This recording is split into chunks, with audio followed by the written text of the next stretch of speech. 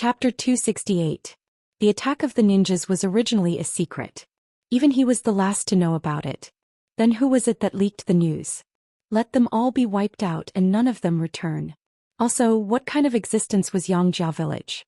Why did they always suffer heavy losses every time they dealt with this loyal prince? What was even worse was that the appearance of the ninjas couldn't be told to the outside world. In other words, whether these ninjas were all killed or not, he couldn't reason with the great Ming dynasty as an envoy of Japan. After arranging for Qi Shang to investigate the disappearance of the ninjas, Kimura Yoshida went straight to the Ministry of Rites in a palanquin. Today the great Ming dynasty was still in its prosperous period. As for Japan, it was still a huge monster. But this didn't mean that they didn't dare to speak to the strong. On the other hand, General Ashikaga Yoshimasa, who stood behind Kimura Yoshida, belonged to the hardline faction. Perhaps it was because they grew up in Japan, they were used to being short-sighted. They were used to thinking that everything revolved around them. With this thought in mind, Kimura Yoshida was instructed before this trip.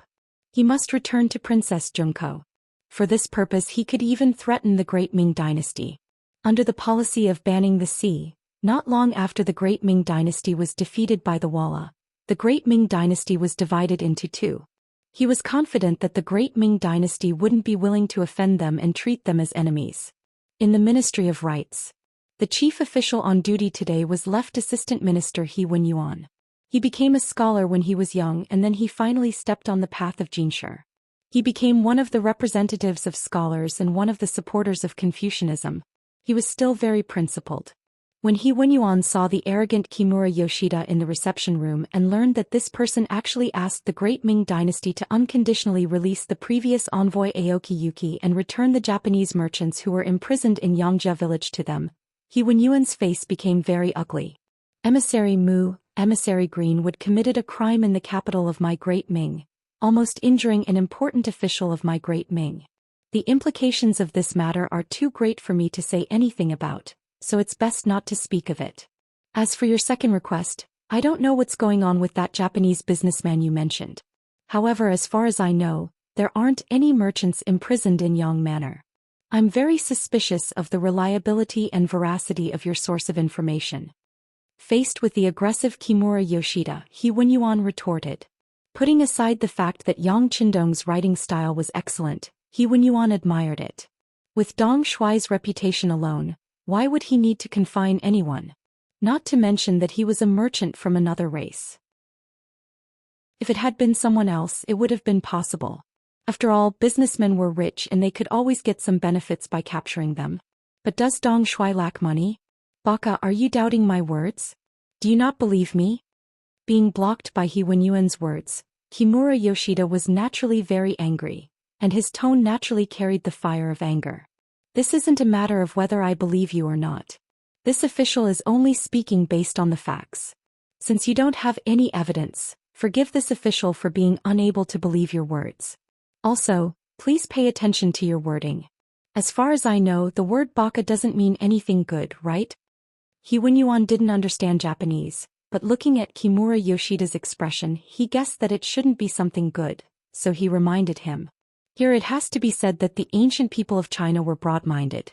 They always regarded themselves as a great country, and in accordance with the principle of broad-mindedness, they rarely did anything aggressive.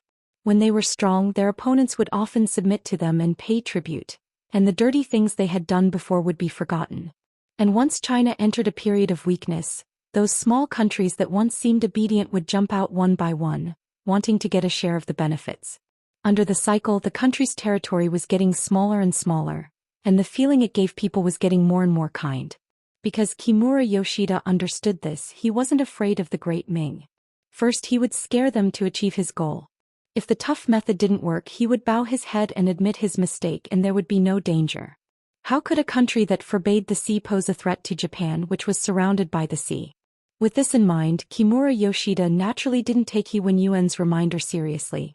On the contrary, his eyes narrowed and a cold light flashed in them. Assistant Minister this ambassador received the order of our Emperor and General Ashikaga Yoshimasa to bring the Japanese businesswoman back to Japan. In order to achieve this goal, we have prepared everything. Do you know everything? If you refuse to hand her over, it will be a contempt to our country, and this is something that our emperor and general can't allow. If you must do this, then we don't mind gathering thousands of warships. When the time comes, if the army really presses on the border, I don't know if the newly ascended emperor can withstand it. The more Kimura Yoshida spoke, the more ruthless and murderous Kimura Yoshida's voice became. When He Wenyuan heard these words, he trembled all over. Scholars rely on their knowledge and mouth, and they are not proficient in things like war. Otherwise, the ancient people wouldn't have left behind a famous saying, when a scholar meets a soldier, it's impossible to reason with him. Kimura Yoshida suddenly said that they might declare war on the Great Ming because of this matter, which made He Wenyuan realize the importance of this matter.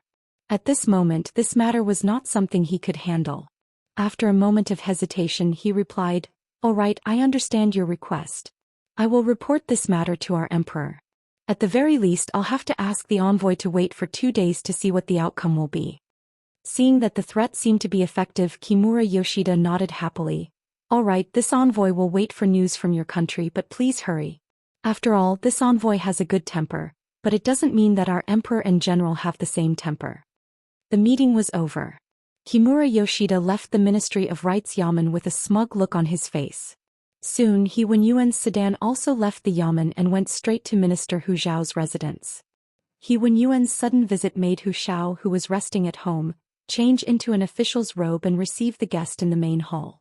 Needless to say, Hu Zhao could feel that something big must have happened for the left assistant minister to come in such a hurry.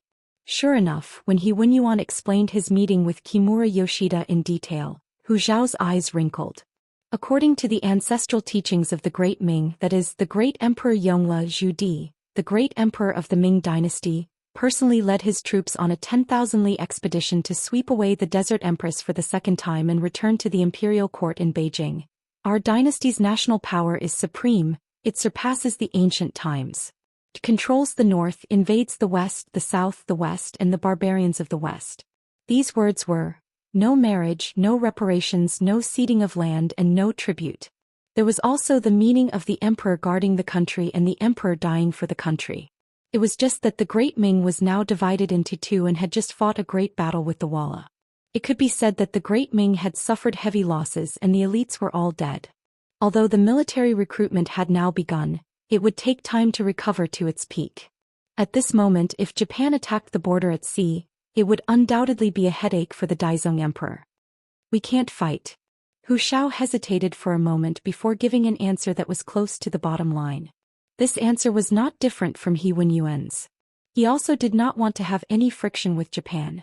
If he backed down, he would have to agree to the other party's demands and conditions. Since this matter involved the Duke of Loyalty and Courage, he was powerless to do anything about it. Therefore, he explained, "Minister, no matter what, since this matter has happened, we should first report it to the Emperor and inform the Duke of Loyalty and Courage." In the end, this was He Wenyuan's real intention. Using the opportunity of reporting to the Emperor, he expressed a certain amount of goodwill to Yang Chendong. Naturally, this favor would not be small. That's right. Hu Zhao had been an official for many years, so how could he not understand? He immediately understood and nodded with a smile. "I will go to the palace to meet the Emperor and send someone to inform the Duke of Loyalty. Minister He, please go back first. The Ministry of Rites still needs someone to be on duty." "Yes, Minister." Since he had sent out his goodwill, He Wenyuan naturally should also leave. After the two of them greeted each other, they went their separate ways. Imperial Palace Main Hall. Hu Zhao was standing in front of the Daizong Emperor, Zhu Qiyu, and recounted everything that He Wenyuan had reported. After he finished speaking, he quickly closed his mouth. The emperor needed time to think, and as an official he only needed to report the matter. As for how to deal with it, it would be up to the emperor to decide. "How dare you?" After listening to Hu Zhao's explanation, Zhu Qiyu immediately slammed the dragon table angrily, his chest heaving up and down violently. It was obvious that he was extremely angry at this moment. No matter what, the blood of the Zhu family still flowed in his body, so he still had some courage. When the Great Ming Dynasty was at its peak, Japan, modern-day Japan, was one of the Great Ming Dynasty's vassal states and also one of the non-conquering states. When were they not obedient children in front of the Great Ming Dynasty? Only a few years had passed, so how could they have the courage to clamor? At this moment, Zhu Qiu really wanted to lift the ban on the sea in anger. He believed that with the great Ming dynasty's national strength, they would be able to become one of the overlords of the sea again in a few years. At that time, Japan would always be under the attack of the great Ming dynasty. However, this thought was just a moment of anger and he quickly calmed his anger. It was not because of anything else, but because the new army had just been established, the firearms battalion had been rebuilt and new firearms were also being developed. All of these required a lot of manpower and material resources. As a result, he did not have the ability to do other things. Chapter 269. Your Majesty, please calm down. In my humble opinion, since this matter involves the Duke of Loyalty and Courage, let him handle it. Chief Steward Jin Ying, who was standing to the side, saw Zhu Qiu's weakness under his anger. He quickly gave Zhu Qiu a way out of the situation. When Hu Shao heard that the matter was to be handled by Yang Qindong, he immediately understood what Jin Ying meant. He wanted to speak up to stop him, but Zhu Qiu had already spoken. That's right. Since this matter involves the Duke of Loyalty and Courage, let him handle it first. Zhu Qiu knew that this was a way out of the situation. He immediately took advantage of the situation and pushed the troublesome matter out of the way. Let Yang Qindong handle it. If he was weak, then his title as the God of War would become a joke. When it's spread throughout the world, it would be a serious blow to his reputation. As the emperor, he could be happy and take the initiative. On the other hand, if he wanted to be tough, then the matter would be left to him. When the time came as the emperor, he only needed to say that the national treasury was empty. At that time, Yang Qindong would be the one who was in a difficult position, not him. Zhu Qiu was very adept at using the tactic of retreating in order to advance. While Jin Ying praised the emperor's wisdom, he sneered in his heart. He wanted to see how Yang Qindong would solve this problem this time. When he had defeated Walla, he had relied on advanced firearms. But Japan was far away at sea. Without a large warship, what could he do? How could he create a storm with one turn of the hand? Jin Ying was even prepared to immediately spread Kimura Yoshida's words and announce to the public that the emperor had given the authority to deal with this matter to Zhong Dangong. He wanted to use this opportunity to make things difficult for this Zhong Dangong who didn't put him in his eyes. If Yang Qindong did not handle it well and lost the support of the people, he would have countless ways and excuses to punish him. In this way, all of Yang Qindong's assets would be flooded into the national treasury. As the one who carried out the order, he would certainly benefit greatly from it. Under Jin Ying's suggestion and Zhu Qiu's tacit approval, Kimura Yoshida's incident quickly began to spread. It didn't take long for the cause and effect of the incident to spread all over the streets. In the Yang Qindong's manor 15 li south of the city, Yang Qindong also saw the emperor's decree. There seemed to be a tacit understanding between them. Yang Qindong was not willing to see Zhu Qiu, and Zhu Qiu did not seem to want to see Yang Qindong either. If there was anything, the eunuchs would come and pass on the edict. Are you trying to make things difficult for me by leaving this matter to me? Looking at the golden imperial edict on the desk, Yang Qindong smiled faintly. In the study, Junko had already dressed up and was standing beside Yang Qindong. When she came back last night, she caught a cold. Later, she fell asleep in Yang Qindong's warm embrace. When she opened her eyes again, she found that she was still in Yang Qindong's arms. With a red face, Junko struggled to get up and then thanked Yang Qindong. Seeing that you caught a cold and hid in my arms, I didn't call you. Come, here is a bowl of ginger soup. Still hot, drink it to get rid of the cold. Yang Qindong saw Junko struggling to get up, laughed and reached out to hug her again. Then a bowl of hot ginger soup was delivered to Junko's mouth. From childhood to adulthood, although it could be said that Junko was used to having her clothes stretched out and food served, she was still not used to being served like this by a big man. But considering that this was Dong Shuai's kindness, she couldn't refuse. So she reached out and drank the whole bowl of ginger soup. After doing this, Junko remembered that she had just woken up, so her makeup must be messy. So she quickly went out to clean up. When she came back, before she could say a few words to Yang Qindong, Zhu Qiu's imperial decree arrived. Junko was a very smart girl. The moment she saw the imperial decree, she thought of a lot of things. When she thought of the things she had heard before, she said with a surprised face, "Your great Ming emperor is so powerful. He clearly wants to push the trouble to you. Don't say that about our emperor." Yang Qindong smiled and reached out to touch Junko's nose and then said, "How can I not know what the emperor means? If he didn't do this, I would have intervened." "Is it because of me?" Junko looked at Yang Qindong curiously. Taking the initiative to attract trouble, she really couldn't think of why the smart Dong Shui would make such a choice. If there must be a reason, then it was probably because of her. After all, Kimura Yoshida wanted her, didn't he? Yes and no. Yang Qindong gave an ambiguous answer. Few people who were born in China in the future had a good impression of Japan. Most of them even had a trace of resentment in their hearts, so they were called angry youths. Unfortunately, Yang Dong in his previous life was one of them. In this life he became Yang Qindong, but this kind of thinking didn't change at all. Yang Qindong had both love and hate for this island country. What he hated was what they had done to China, and what he loved was their positive spirit. Perhaps because of the geographical location, they clearly knew that it was not easy to live. If they wanted to live a better life, they could only obtain resources through external expansion. The environment limited their thinking, so they had to do something to the nearby China. This was something that even Yang Qindong couldn't change.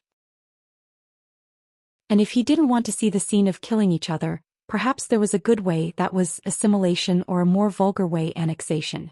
As long as he annexed Japan and took it as his own, then his own people wouldn't fight with each other. In order to achieve this goal, Kimura Yoshida had to pass this hurdle, and if he used it well, he could have a legitimate reason and excuse to take the initiative to attack. This was the fundamental idea of Yang Qindong to intervene in this matter. But Junko must have thought that it was because of her, so Yang Qindong didn't need to explain anything. He gave a yes and no, but in Junko's ears, it made her very grateful. She naturally didn't know the ambition of the man in front of her. She simply thought that he was looking for trouble to protect her. At this moment, her love for Yang Qindong in her heart increased. A man who could take on such a big thing for her, even risking his life to save her, such a man was worthy of her life. "Come, arrange something, I want to see Kimura Yoshida."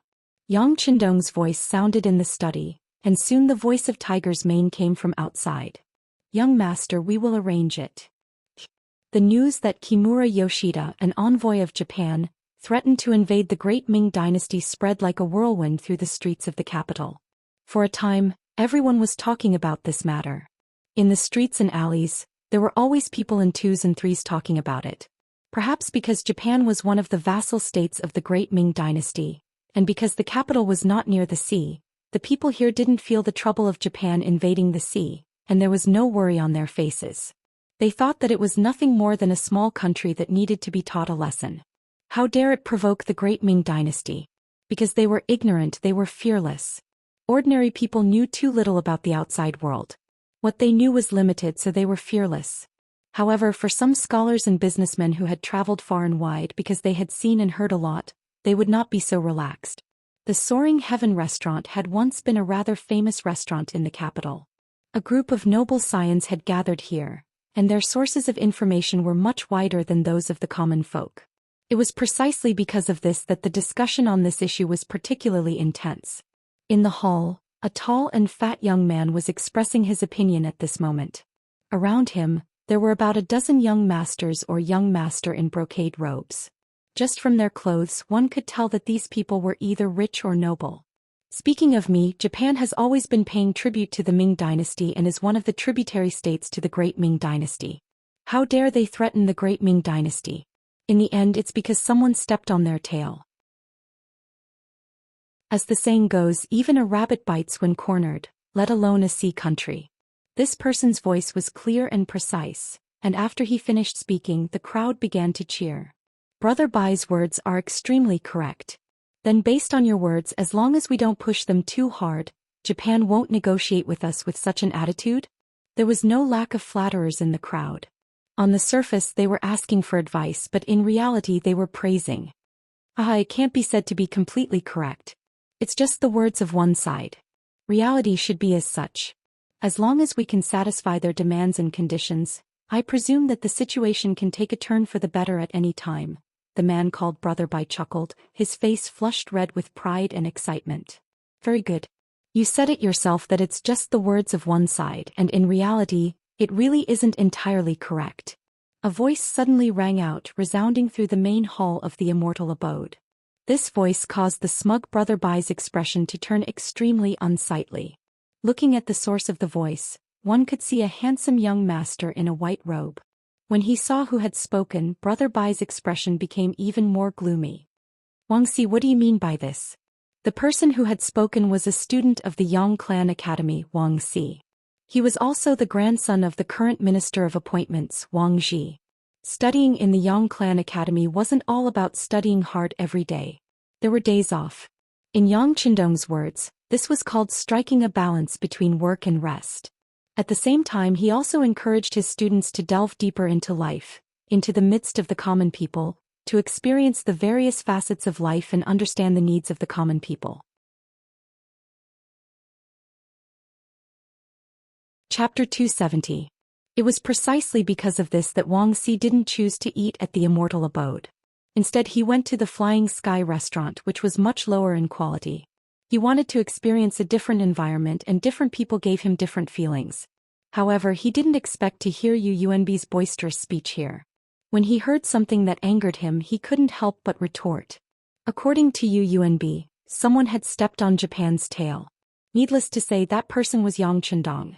It was because Yang Qindong had taken in Junko that Kimura Yoshida was angered. This was something that many people knew. Since someone dared to publicly criticize his teacher, how could Wangxi just stand by and do nothing? Although he was a bit older than Yang Qindong, the sixth young master of the Yang Clan's academy had already conquered everyone's hearts with his calmness and knowledge that exceeded his age. As a result, the students all considered themselves students. How could a student allow others to slander their teacher? What's more, Yu Yunbi had a grudge against Yang Qindong. Yu Yunbi was Yu Xiong's elder brother, and also the grandson of the Minister of Justice, Yu Shiyue. However, he was much stronger than Yu Xiong, who had failed to live up to expectations and been executed. He was already in charge of the Ministry of Justice in his 20s, and was a major 6th rank official. His grandfather, Yu Shiyue, had contributed greatly to this. However, Yu Yunbi himself had also lived up to expectations. His performance was outstanding. They were both descendants of influential figures, and both were young masters. Their ideals were different and their opinions were different. As soon as they met, the smell of gunpowder would naturally fill the air. Now Yu Yunbi was criticizing his teacher. It would be strange if Wangxi could just swallow this anger.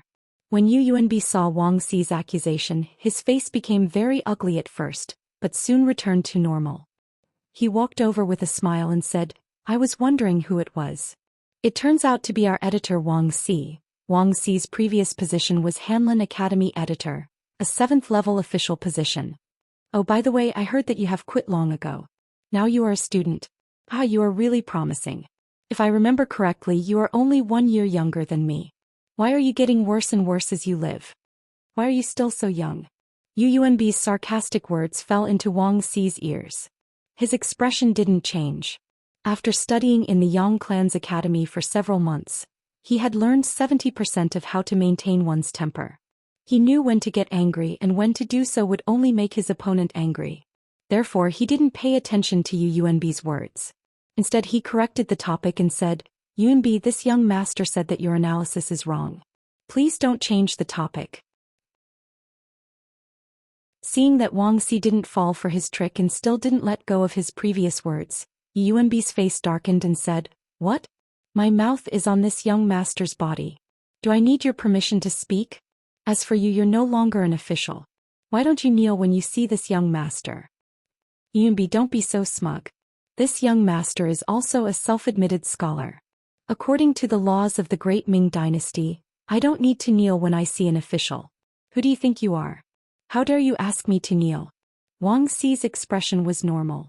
He wouldn't be frightened by Yu Yunbi's words. His grandfather was the current minister of the Ministry of Personnel. He was in charge of the affairs of the officials. What kind of officials hadn't he seen before? A minor major 6th rank official couldn't scare him. Yu Yunbi, who was refuted by Wangxi, had an ugly expression on his face. Out of the corner of his eye, he noticed that the young masters who followed him were looking at him as if he was a joke. He felt that they were right. He was just like a clown. Yu Yunbi, who cared a lot about his face, felt that if he didn't do something he would be seen through in the future. He thought about how his grandfather was the minister of the Ministry of Justice. A while ago his third brother Zhou Xian was executed for causing trouble. This made him extremely angry. If he lost face here today, who knew how angry his grandfather would be when he found out? Yuanbi suddenly became angry. He was still taller than Wang Si. He clenched his fists and approached him step by step. Wang Si, we've always minded our own business. Get out of here right now and I'll pretend that you were never here. Impossible. Unless you admit your mistake and apologize to the Duke of Loyalty, I won't leave. I'll even announce your matter to the world and let everyone judge what you said wrong. Wang Si noticed Yuanbi's angry expression, but he wasn't afraid at all. He didn't waste his time in the Yang family academy. He ran and trained his body every day, so he had a stronger physique than the average young master. He wasn't afraid of Yuanbi, who was also a young master. Admit your mistake. Wang Si, I realized that after not seeing you for a few months, you haven't grown in other aspects, but your smarts have improved. Alright, then I'll show you which one is bigger, an apology or a fist. Yuanbi attacked as he spoke. He swung his right fist at Wang Si. Although the students of the academy didn't have high-intensity training like Lung Feng, their bodies were stronger than ordinary people. Wang Si could have jumped to avoid this punch that wasn't very fast and didn't have much strength behind it. However, he didn't do so. On the contrary, he stood there motionless as if he was scared silly. He allowed the fist to land on his chest with a bang. After the punch landed, Wang Si's body trembled involuntarily and he took half a step back. Yuanbi actually took the initiative to attack first. This scene shocked the other young masters and young master who were watching the show. They didn't have the background of these two people. Whether it was the Minister of the Ministry of Appointments or the Minister of the Ministry of Justice, they weren't people they could offend. For a moment they stood there not knowing what to do. They didn't dare to pull him back or reach out to help. Wang Si took half a step back from the punch, but there was no sign of pain on his face.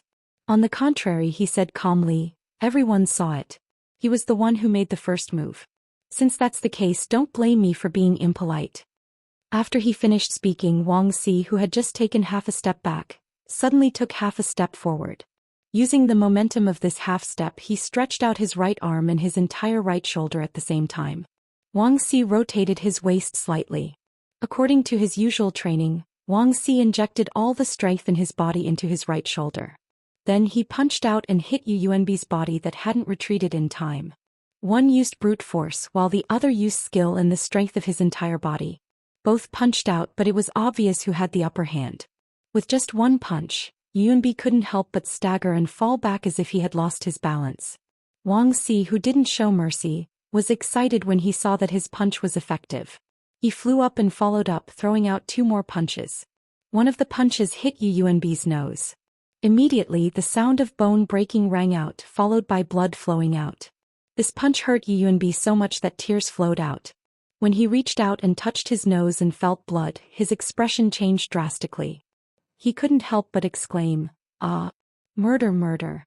He was no match for Wang Si at all. After taking 3 punches in a row, Yuanbi could only keep running away. As he ran, he shouted at the young master and young masters who were watching the show, "Are you just going to watch like this? If I'm beaten to death here, all of you will be sued. Don't you know that?" Only then did everyone's attention return to the present with this shout. At that moment, everyone's expression changed drastically. They began to surround Wang Si. From the looks of it, they clearly wanted to stop him and make him stop. But how could Wang Si, who was in the mood to fight, stop so easily? After a few punches, he found that the simple fighting skills he learned in the Yang Academy were so effective. Wang Si wouldn't be polite. He sighed in his heart that he was so powerful. Seeing that others wanted to stop him, he immediately threw out a punch at them without caring about anything else. These people wanted to stop him. It was clear that they were in cahoots with Yuanbi. It was not a pity to beat such people. Thump.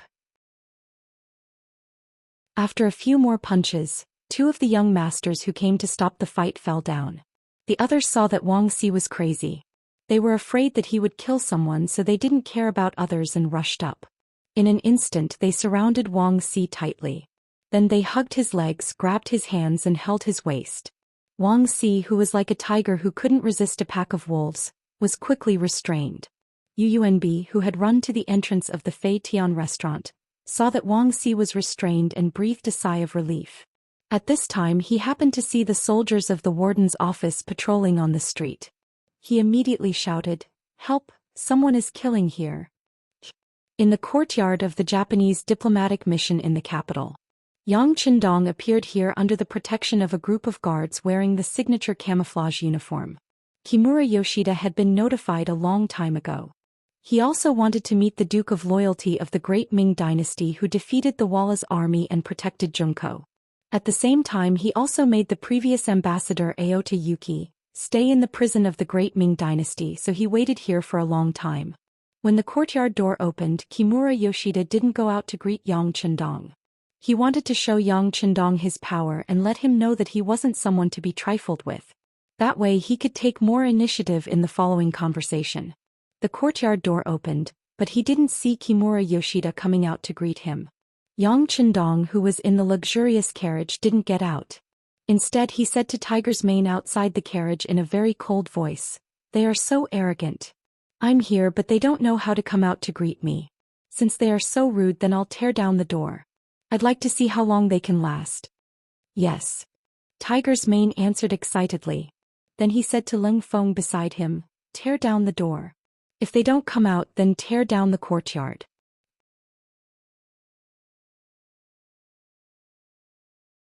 Chapter 271. Leng Feng and his brothers were all young people, and they were not afraid of making a big deal out of it. Now that they had received orders from the sixth young master, how could they be courteous? Immediately, their eyes lit up as they took out their military knives and began to tear down the door. Very soon the sound of clanking could be heard. In the courtyard, Kimura Yoshida was still sitting in the main hall. Beside him stood the leader of the guards, Ikigami, and a group of Japanese samurai. The purpose of this battle was to intimidate Yang Qindong. It was said that this loyal duke of the Great Ming Dynasty had just turned 20 years old. What kind of courage could such a young man have? As for defeating the Walla's army, it was the work of the mercenaries. This was a well-known fact. A person like him should have been scared to death when he saw such a battle. While Kimura Yoshida was still imagining what would happen to this young brave loyal guild member, a samurai suddenly rushed in with a gloomy face. "Not good, not good, they are tearing down the door." "What do you mean by tearing down the gate? Who are they?" Kimura Yoshida was stunned when he heard the news, but soon he understood what was going on. When he heard that the other party was tearing down the gate, his anger couldn't be stopped. The gate was equivalent to a person's face. If it was really torn down, it was no different from a slap in the face. He knew that this bold and loyal princess had a temper, but he didn't expect her to be so bad-tempered. She didn't even meet him and she gave him such a big gift. Kimura Yoshida, who had fainted, didn't feel good. He sat there and didn't make any sound. Until Ikigami reminded him. "Kimura-kun, we can't let them tear down the gate. If that's the case, we will lose face." Yes, go and stop them. If it doesn't work, we can use force to stop them." Kimura Yoshida, who was reminded by Ikigami, quickly regained his senses and ordered Ikigami. After receiving the order, Ikigami immediately rushed to the gate of the courtyard with more than 10 samurai.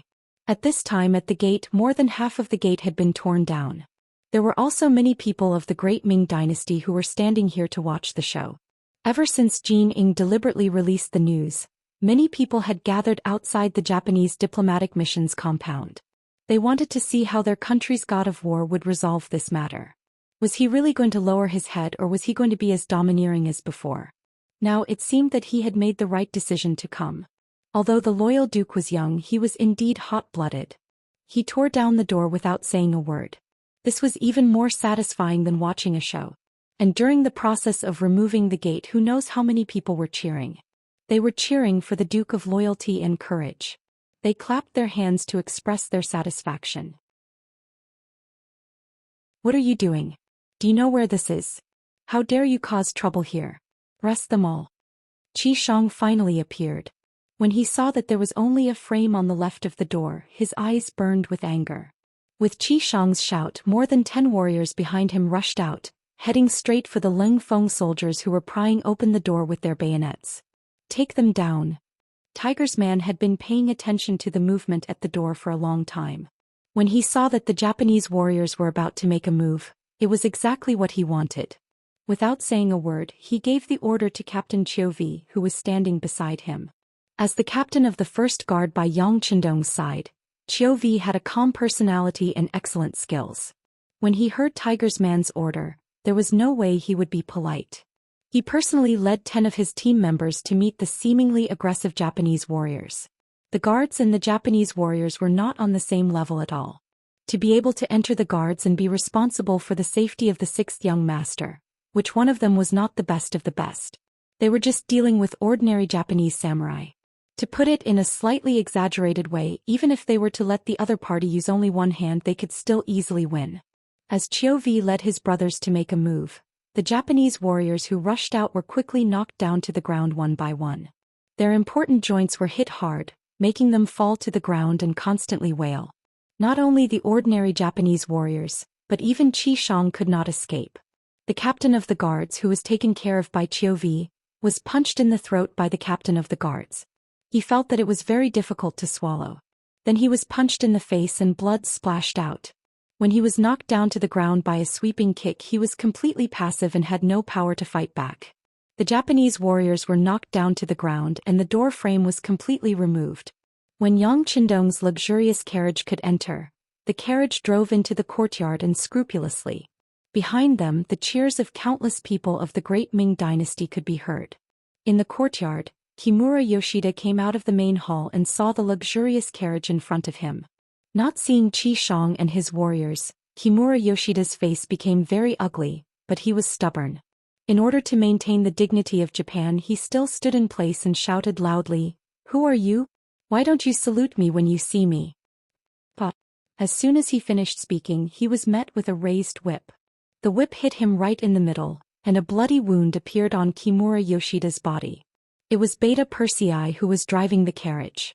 This whip was a lesson for Kimura Yoshida. What a joke. The 6th young master was in the carriage. How could he allow others to shout there? Murder, murder. Kimura Yoshida's painful and fierce cries came from the courtyard. It had to be said that cowards had the same virtue. Just like Yu Yunbi, who was beaten before, he kept shouting when he was beaten as if doing so could release his fear. You are the Japanese messenger, humph.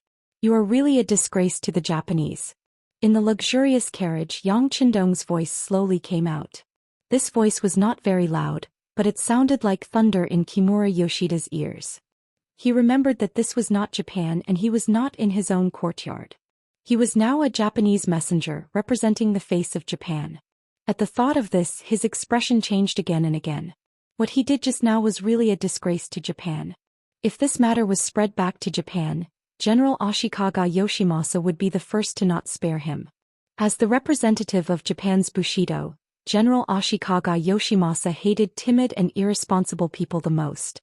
As a trusted follower, he naturally knew what to do in the face of trouble. When he looked at the luxurious carriage in front of him, he couldn't help but stop. Then he tried his best to summon up his courage, raised his head and said, "I am the envoy of Japan. You can't do this to me. Otherwise, it is contempt for Japan. I want to seriously protest." "What did we do to you?" Yang Qindong's energetic voice sounded from within the carriage when he heard the words that were clearly threatening in appearance but weak in heart. This was Japan. When facing the weak, they were condescending. In the face of the strong, they finally knew how to say the word of protest. Some people were like this. If they didn't feel pain, they wouldn't know how powerful you were, and they wouldn't know what fear was. After being asked by Yang Qindong, Kimura Yoshida looked surprised. Thinking that he had just been whipped and the scene of Ikigami and other samurai being beaten to the ground, he said, "You hurt the Japanese messenger and our samurai." "Nonsense. Do you think that I, the Duke, will not let my guards beat him up? Don't you know that we have a saying, a good dog doesn't block the way?" Yang Qindong's voice came out of the carriage again. Being called a dog, Kimura Yoshida's face was of course not good. However, the situation was beyond his control. If he spoke rudely now, he wouldn't be able to escape from being beaten. As the saying goes, a wise man knows better than to fight when the odds are against him. He decided to endure. A gentleman's revenge is a dish best served cold. "That's enough, Mr. Zhongdan. Since you are here to negotiate, shouldn't you meet with me now? Of course, I want to see what you have to say." The curtain of the carriage was suddenly opened from the inside, and Yang Chendong appeared in front of Kimura Yoshida, dressed in a green robe. This was the first time the two had met. Kimura Yoshida had the common characteristics of Japan. He was very short and looked a little wretched. Compared to the tall and handsome Yang Chendong in terms of appearance, the difference between the two was more than one grade. Not to mention, Kimura Yoshida was already a middle-aged man. In comparison, Yang Chendong was too young, even a little too young. Yang Chendong finally appeared. He jumped down from the carriage and landed in front of Kimura Yoshida. When he saw that the other party was still looking at him from head to toe, he showed a trace of displeasure and said, "What's wrong? Are you not going to salute me when you see me?" Being stared at by Yang Chendong's murderous eyes and his powerful aura, Kimura Yoshida couldn't help but agree. Then he said respectfully, "The Japanese envoy greets Mr. Zhongdan of the Great Ming Dynasty." "Raise your head," Yang Chendong said magnanimously, then flicked his sleeves and looked like a gentleman. And this scene was seen by the commoners who were watching from outside. The gate was opened and the people could directly see what was happening in the courtyard from the street.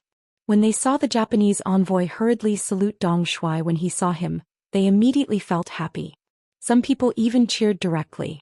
It was the cheers that woke Kimura Yoshida up. He instantly realized that he was the envoy and now he represented Japan. How could he bow his head in front of Yang Chendong? Kimura Yoshida was angry that Yang Chendong had humiliated him. He immediately raised his head and looked at Yang Chendong with resentment.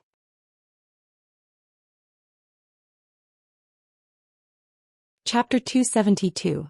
However, at this time, Dong Shuai had already turned his head away. He glanced at the courtyard with interest as if nothing had happened just now. This made Kimura Yoshida have a feeling that he couldn't use his strength. However, he didn't think about why he would lower his head when Yang Chendong threatened him. This was because of his servile nature. When he was in Japan, there were too many powerful people who needed him to lower his head. This had become a habit. When Yang Chendong pressured him a little, his nature was exposed.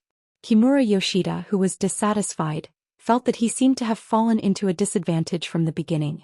At this moment, he decided to save some face. He wanted to threaten Yang Chendong enough in the following negotiations to let him know that Japan was now very strong enough to threaten the Ming dynasty. Loyal Duke. Kimura Yoshida raised his head and walked forward. He was about to say something, but at this time Yang Chendong's voice sounded before him. "Mr. Kimura, what do you think of the capital of the Ming dynasty? It's very good, very majestic and very spectacular. There are also a lot of people." Kimura Yoshida didn't know how to get to the point. After hearing Yang Chendong's words, a thought came to his mind. First he praised Yang Chendong. When he saw the loyal and just Great Ming dynasty nodding and smiling, he suddenly changed his tone and said, "It's just that although the Ming dynasty had a large population and had vast lands and abundant resources, they lacked a trace of courage. Especially last year, an army of 500,000 was defeated by the Walla cavalry that only had a few tens of thousands." As he spoke, Kimura Yoshida shook his head as if he was lamenting for the Ming dynasty. However, Yang Chendong knew that he was rubbing salt on the wound. He was also telling Yang Chendong that the Ming dynasty's army's combat power was not good. If they really fought with the warriors of Japan, it was still unknown who would win and who would lose. While Mr. Kimura is right. The Ming dynasty did lose the battle last year. To Kimura Yoshida's surprise, Yang Chendong actually admitted it calmly. This was the truth. Even if Yang Chendong didn't want to admit it, he couldn't. Instead of beating around the bush, he might as well admit it so that the other party wouldn't have an excuse to attack him. Therefore, Yang Chendong's tone changed after he finished speaking. However, that battle wasn't fought by the Daizong Emperor, but by Yingzong. It was because of the chief eunuch Wang Zhen's mistake in commanding that our great Ming Empire's army was defeated. Because of this matter, our emperor has already learned from the painful experience and is now recruiting new troops, establishing firearms and artillery battalions. The strength of the army is increasing day by day. I think Kimura-san should have heard of this. I believe that it won't be long before these elite troops can return to the battlefield. At that time, anyone who wants to spy on our great Ming dynasty will become a ghost under the blade of the sword.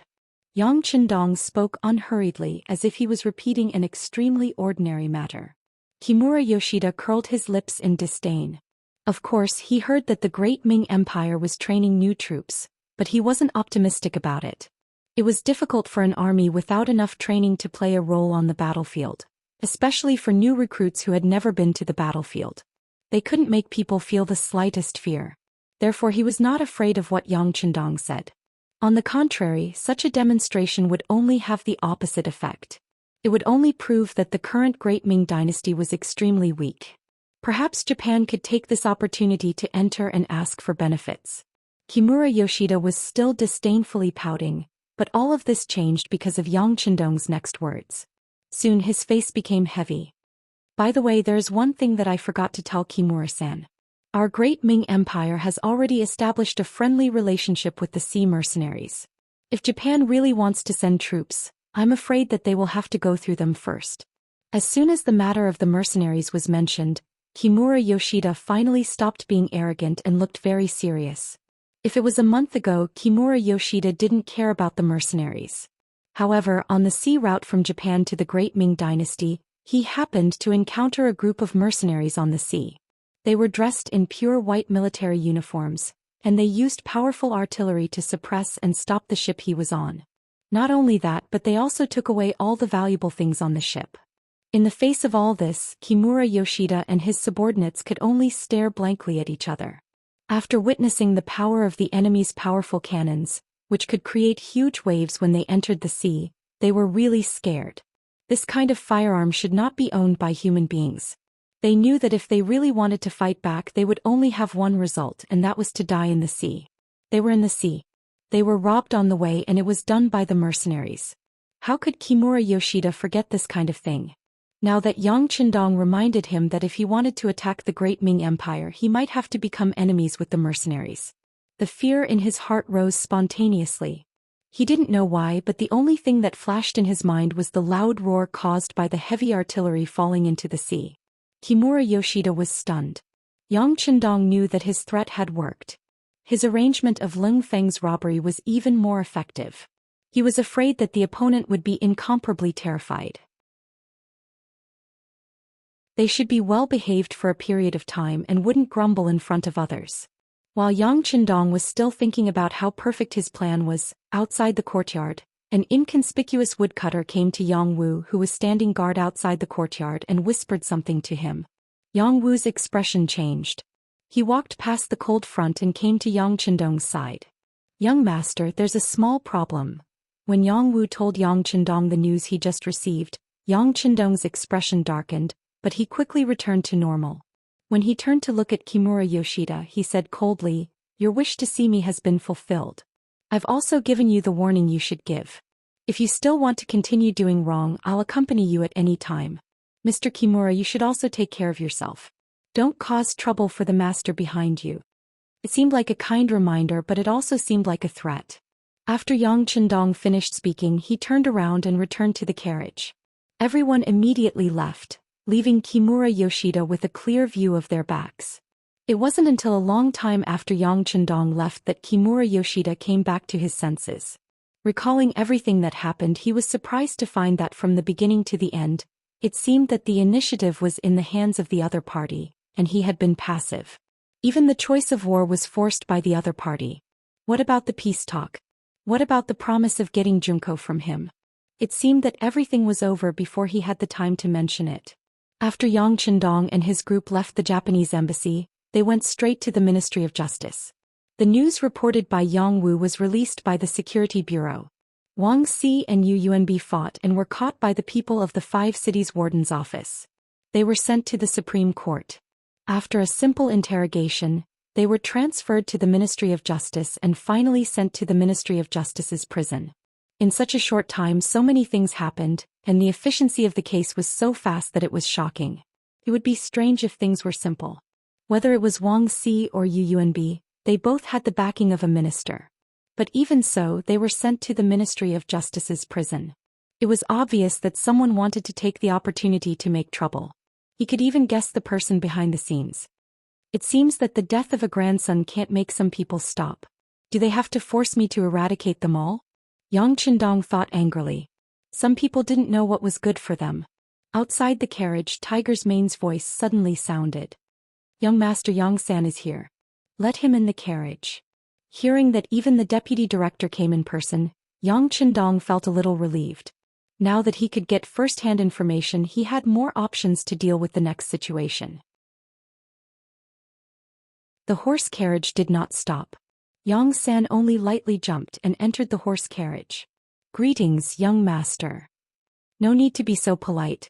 Tell me what you know." Yang Qindong waved his hand casually. Yang San nodded and said, "Young master, the situation is like this. In Fei Tian restaurant, Yuanbi said something unfavorable to the young master. He insinuated that the Japanese diplomatic mission was caused by the young master. Wang Si happened to hear this and the two sides got into a quarrel. Yuanbi took advantage of the fact that there were many of them and he was tall and strong, so he attacked first. Wang Si fought back in self-defense and beat Yuanbi. But in the end, because he was outnumbered, he suffered a small loss. After that, the patrolling soldiers of the warden's office of the 5 cities happened to pass by.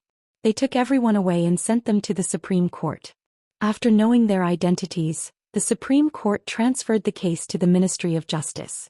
After Li Wenxiao judged the case, Wang Si was sent to the Ministry of Justice's prison. Yu Yuanbi was sent to the Ministry of Justice's hospital for treatment because his injuries were too serious. This is Li Wenxiao's situation. As Yang San spoke, he passed a document to Yang Qindong. It recorded the basic information of Li Wenxiao, the official of the Ministry of Justice. It included his birth, his promotion history, his background information, and some of the mistakes he made. Since the incident with Zhou Xian, the Security Bureau had paid special attention to some of the officials in the Ministry of Justice, especially those close to Yu Shirihua. Li Wenxiao was included in their sights. As an official, not only did he need to have knowledge, insight, and courage, he also needed someone to promote him and nurture him. With a good benefactor, anything an official did would be twice the result with half the effort. Therefore, Yang Qindong had long requested the Security Bureau to do their best to gather all the information they could about the officials they could get access to. Especially the background, it was absolutely not to be underestimated.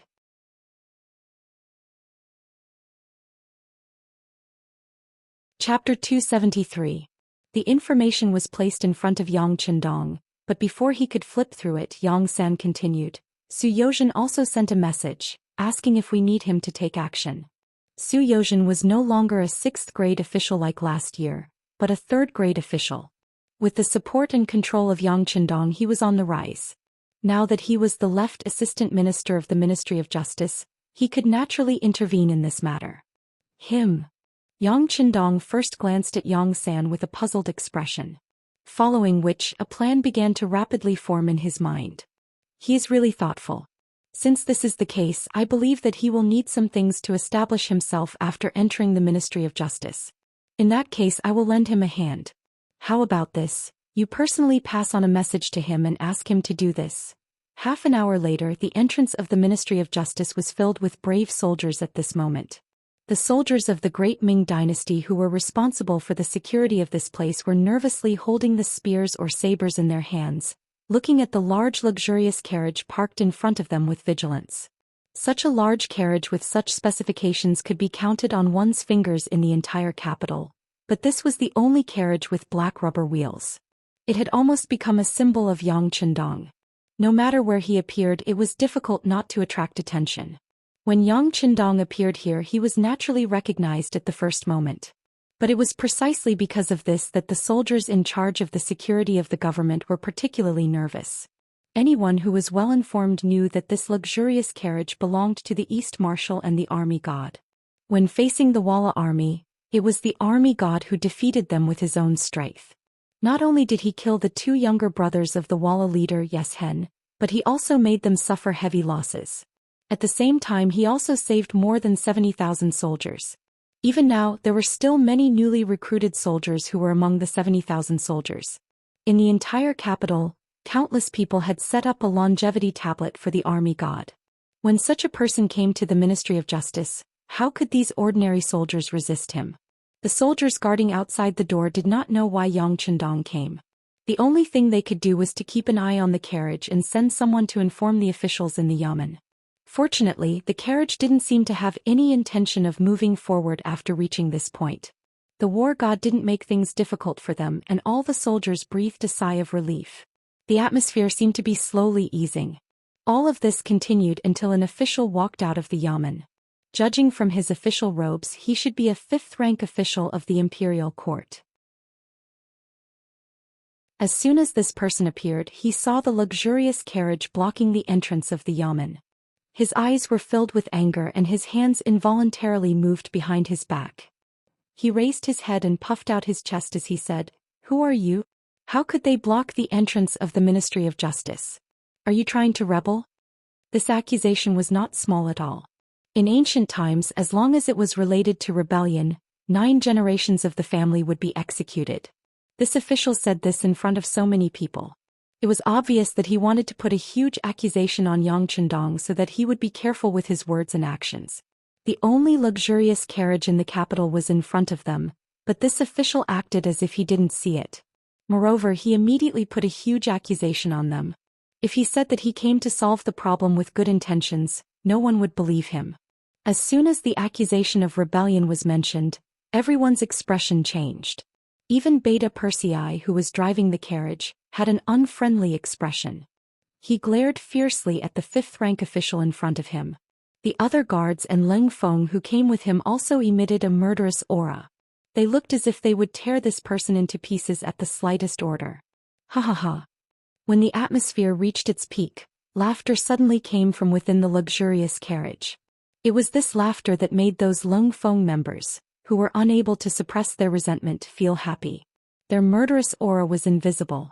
Needless to say, the laughter naturally came from Yang Chendong. Accompanied by the laughter, the curtain of the carriage was lifted from the inside, revealing a handsome and young face. As soon as Yang Chendong appeared, he looked straight at the official from the Ministry of Justice and asked sternly, "This duke is here. You're just a little fifth-rank official. Don't you know that you should greet him with a salute?" Originally, when he saw Yang Chendong finally show his face, this fifth-rank official was about to stare at Yang Chendong with an eye for an eye. When he suddenly heard these words, he suddenly thought of something. Then his entire body trembled. Only then did he reluctantly cup his hands and salute. The Ministry of Justice's director, Li Wenxiao, greets the Duke of Loyalty. Yang Chendong was not only the Duke of Loyalty and Courage, but he had also held the position of General of Agile Cavalry. That was a second-rank military official position. According to the laws of the Great Ming Dynasty, when a low-rank official saw a high-rank official, he had to salute. Yang Chendong's use of this to suppress people was very suitable. Li Wenxiao lowered his head, and the momentum that he had accumulated couldn't help but dissipate. When the other soldiers of the Great Ming Dynasty saw that their high-rank official was like this, they also knelt on the ground and greeted loudly, "Greetings, Duke of Loyalty and Courage." Yang Chendong acted as if he didn't see these people greeting him, and he only looked at Li Wenxiao with interest. People said that enemies would always meet. They never expected that as soon as they arrived at the Ministry of Justice's yamen, they would meet the main character. This was quite interesting. He looked Li Wenxiao up and down with a playful look in his eyes. However, it was this kind of gaze that made Li Wenxiao feel uncomfortable. He didn't know why this bold Duke of Loyalty and Courage was staring at him like this. Could it be that there was something wrong with his clothes? Li Wenxiao couldn't help but look around and size himself up. He didn't find anything wrong. When he raised his head, he saw that Yang Chendong's gaze had a few more traces of coldness. It was a cold light. This kind of gaze was full of killing intent. After just a glance, Li Wenxiao didn't know why, but he actually felt his whole body turn cold. Although the weather had begun to warm up, he still felt his whole body tremble at this time. Li Wenxiao, who was frightened by this kind of gaze, wanted to turn around and leave. However, he knew that if he backed down now, then everything he had done before would be in vain. In order to win the high-rank official's satisfaction, he could only endure. As long as he blocked Yang Chendong's anger, he would be able to truly enter the eyes of some officials. In order to encourage himself and to increase his courage, Li Wenxiao raised his head again and said, "Duke of Loyalty and Courage? I don't know why you didn't stay in the Yang family village, but instead came to the Ministry of Justice's yamen. Do you know that this is an office? Your appearance has already affected the Ministry of Justice's official operations. If something happens because of this, can you bear the responsibility?" Li Wenxiao's words had a strong sense of righteousness, and the excuse he found was also appropriate. Just as he was feeling satisfied with his words, Yang Chendong had already replied, Since you came to the yamen, of course you came to complain. Don't tell me you came here to eat? Ha. Ha ha. Yang Qindong's laughter immediately attracted a round of laughter from the accompanying Lung Feng. This laughter made Li Wenxiao's words seem like a joke. Immediately he was so embarrassed that his face was filled with anger. This was clearly a feeling of being looked down upon. Just as he was about to shout and treat it seriously, there was a sudden sound of footsteps behind him. Then he heard someone say, "Left Assistant Minister Su Yozhen has arrived." When the voice sounded, Li Wenxiao's body shook. He hurriedly turned around and saw that one of the Shangguan officials, Su Yozhen, had appeared. He hurriedly bowed and said, "Li Wenxiao greets Lord Su." "Well, you did well." As soon as Su Yozhen appeared, she gave Li Wenxiao a verbal compliment. This sentence made Li Wenxiao, who was originally furious, feel very comfortable. With the Shangguan officials supporting his actions, he wanted to see what this Duke of Loyalty could do to him next. Su Yozhen nodded at Li Wenxiao with an expression of praise. At this moment he also noticed Yang Qindong standing at the entrance. He immediately cupped his hands and bowed. "So it is the Duke of Loyalty. Please forgive me for not coming out to greet you. But what is the Duke of Loyalty doing here? Moreover, he had so many servants with him. Could it be that you are dissatisfied with the Ministry of Justice?" First, the greeting was followed by the questioning. Su Yozhen did things swiftly and decisively. He had the demeanor of a great master. When these words came out, the originally frightened soldiers felt very refreshed. The originally low morale seemed to have recovered by quite a bit. However, when Yang Qindong saw Su Yozhen appear, he was neither happy nor angry. No one could tell what he was thinking. He only looked coldly at Su Yozhen as if he was pressuring him.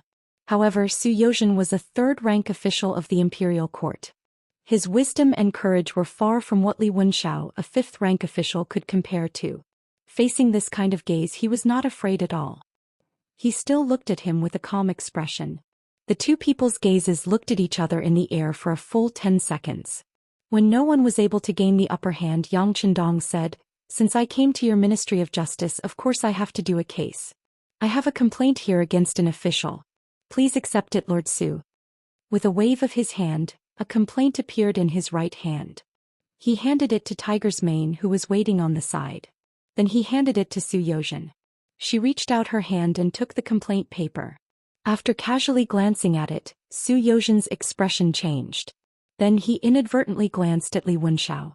Then he lightly nodded and said, "This official will accept the Duke of Loyalty's complaint.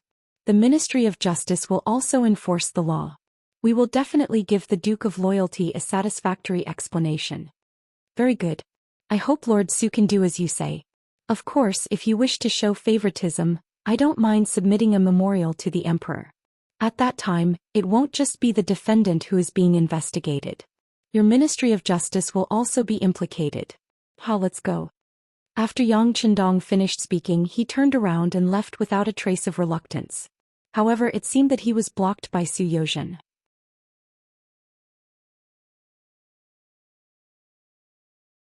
Chapter 274. After Yang Qindong left, everyone looked at Su Yozhen in a completely different light. In the face of a military god, in the face of a duke, this Lord Su actually dared to use his own body to block the attack. Most importantly, he succeeded. If this matter were to spread, his reputation would probably be ruined. On the other hand, Su Yozhen did not appear to be complacent. Instead, he held the letter of complaint in his hand and directly said to his personal attendant, "Prepare a sedan. Let's go to the Yu residence."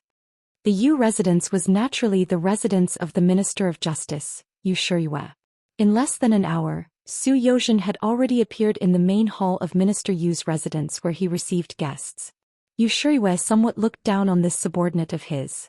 A year ago, this person was still a sixth-rank official. When he saw him, he had to bow from afar. However, in such a short period of time, he was only a step away from Yu Shiyue. This kind of leap in promotion made Yu Shiyue faintly worried.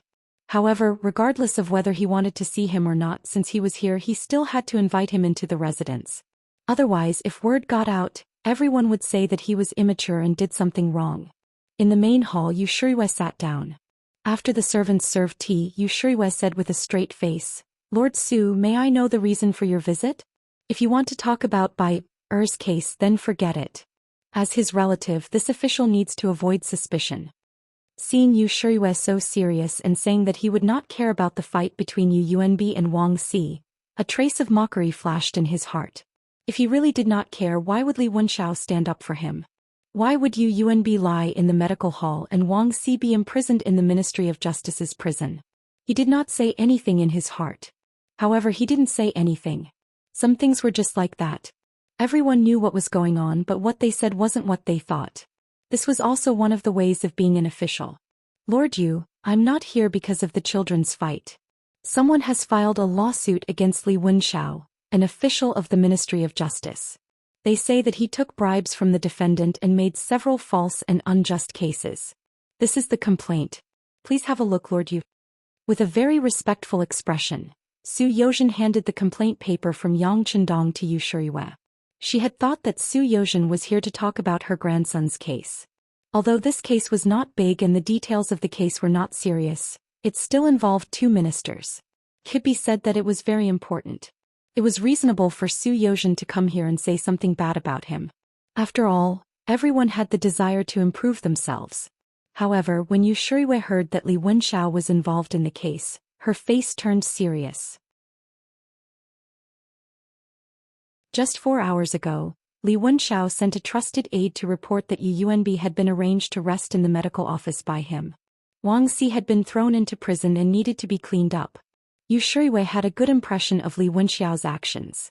He thought that Li Wenxiao was worthy of being promoted by him. His performance was really good. If there was a chance in the future, he would consider giving him more responsibilities, promotion. However, he did not expect that someone would file a lawsuit against him so quickly. He would never believe that it had nothing to do with his grandson's case. Who sent the complaint paper? Yu Shiyue, who was angry, suppressed his anger and asked. Yang Chendong, the Duke of Loyalty. Su Yozhen, who knew that he would ask this question, answered softly. It's him. When he heard that it was Yang Chendong who personally handed the complaint paper, his right eyelid could not help but twitch. If it was someone else, he might be able to find a way to deal with it and find a suitable way to turn the big problem into a small one. But if it was Yang Chendong, then it was obviously impossible to fool this matter easily. If he did this, not only would the matter not be solved, but it might also implicate him. Who? After exhaling a long breath, Yu Shiyue thought about the whole matter from beginning to end. Then he thought of abandoning the rook to save the king. Following that, he said, forget it. Since it's a letter of complaint from the loyal duke, then we must investigate it thoroughly. Everything will be done according to the law. It is better to let Sir Su take over this matter. Yes, I accept the order.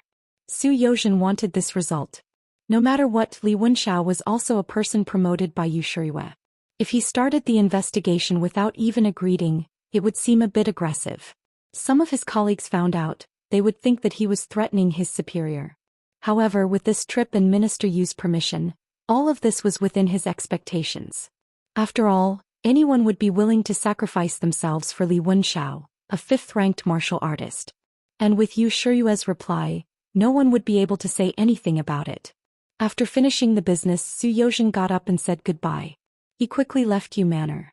As soon as he left, Yu Shiyue summoned his trusted aide and whispered, make arrangements for Li Wen's family. Tell them not to worry no matter what happens. This official will ensure the safety of their parents and ensure their future.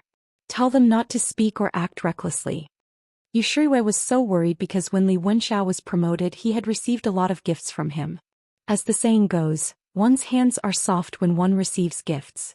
That was why he promoted him to be of use. The facts also proved that this person was very good at handling matters. He could rest assured that some things would be handed over to him. But what he did not expect was that something would happen now. Since this was the case, he naturally had to comfort his family properly. At the same time, he had to protect this Li Wenxiao. Even if he could not let him become an official, he had to ensure the quality of life of his family. In this way, not only would he prove to outsiders that he would not forget his roots, but he could also set an example for more people to be willing to work for him and be loyal to him. Even now, Yu Shiyue still believed that the consequences of this matter were not serious. At most, he would lose a good general and just have to give out some money. But he did not know that Li Wenxiao's matter would be the fuse that would lead to his downfall. It was truly a case of everyone kicking a man who was down. In the depths of the imperial palace, in the main hall where acting patriarch Zhu Xian worked. At this moment he was listening to Chief Eunuch Jin Ying report on two matters that had just occurred in the capital. It was worth mentioning that these two matters were closely related to the Duke of Loyalty and Courage Yang Qindong. The first matter naturally referred to Yang Qindong's meeting with the Japanese envoy Kimura Yoshida. Tearing down the gate of the diplomatic mission, forcing his way in, and whipping the envoy was something that had never happened in history. But Yang Qindong had done it, and it had to be said that he was extremely daring. Even Zhu Qiu was shocked when he heard about it. He wondered if this Duke of Loyalty and Courage was not afraid that the Japanese would fly into a rage out of humiliation and invade the Great Ming Sea. But no matter what he thought, Zhu Qiu had no intention of interfering. This was because the outcome of this matter seemed to be beneficial to him. If Yang Qindong's actions had frightened the Japanese emissaries and made them give up, then he would also have some peace and quiet. Others would also say that he had used the right people to do so. On the other hand, if Yang Qindong's audacity provoked the Japanese emissary and caused Japan to take actual action and start to violate the borders, then all the blame could be placed on Yang Qindong alone. This would greatly damage his reputation, and at the same time, it would be the best excuse to deal with him. Presumably, at that time it might be time to deal with the threat. Zhu Qiu was happy to see such a thing happen. She wouldn't be criticized and attacked by others. She could also gather power in her own hands. On the contrary, he hoped that this Duke of Loyalty and Courage would be happy, because the more things he did, the more he would expose himself, and any mistake could become one of the ways to attack him. As the influence of the Yang family bank grew, more and more people saved money. At this moment, Zhu Qiu was jealous. If it were not for the fact that the new army was still being recruited and trained, the matter of Zhu Qian in the south had not been resolved, and the situation in Walla in the north had not been completely settled, he would have already made dealing with Yang Qindong his top priority. Regarding the first matter, Zhu Qiu didn't express any opinion. She simply watched as it developed. The second matter, Yang Qindong's submission of the complaint to the Ministry of Justice, made Zhu Qiu have to say something. Although this Yang Qindong is young, he is not reckless. We thought that he would take credit for his contributions and force his way into the Ministry of Justice's yamen. If that's the case, then we cannot let this matter escalate. We will have to ask him for an explanation. Yes, Your Majesty is right. This Duke of Loyalty and Courage does things with some propriety. But the left Assistant Minister Su Yozhen was able to withstand his attack head-on and did not yield a single step. Moreover, he even made a trip to the Yu mansion to ask for Shangguan's advice. He is also a smart person, a capable official. Borrowing the emperor's words, Jin Ying conveniently picked up some private goods and sent them over. Recently, Su Yozhen had given Jin Ying a lot of benefits. He had given her banknotes and treasures. Jin Ying had been served very well.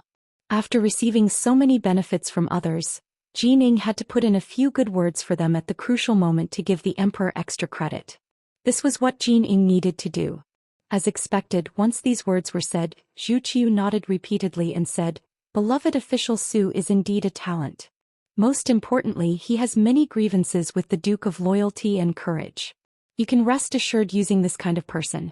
How about this, you go back and observe him carefully. If he is reliable, let him do his job well. We will not treat him unfairly in the future."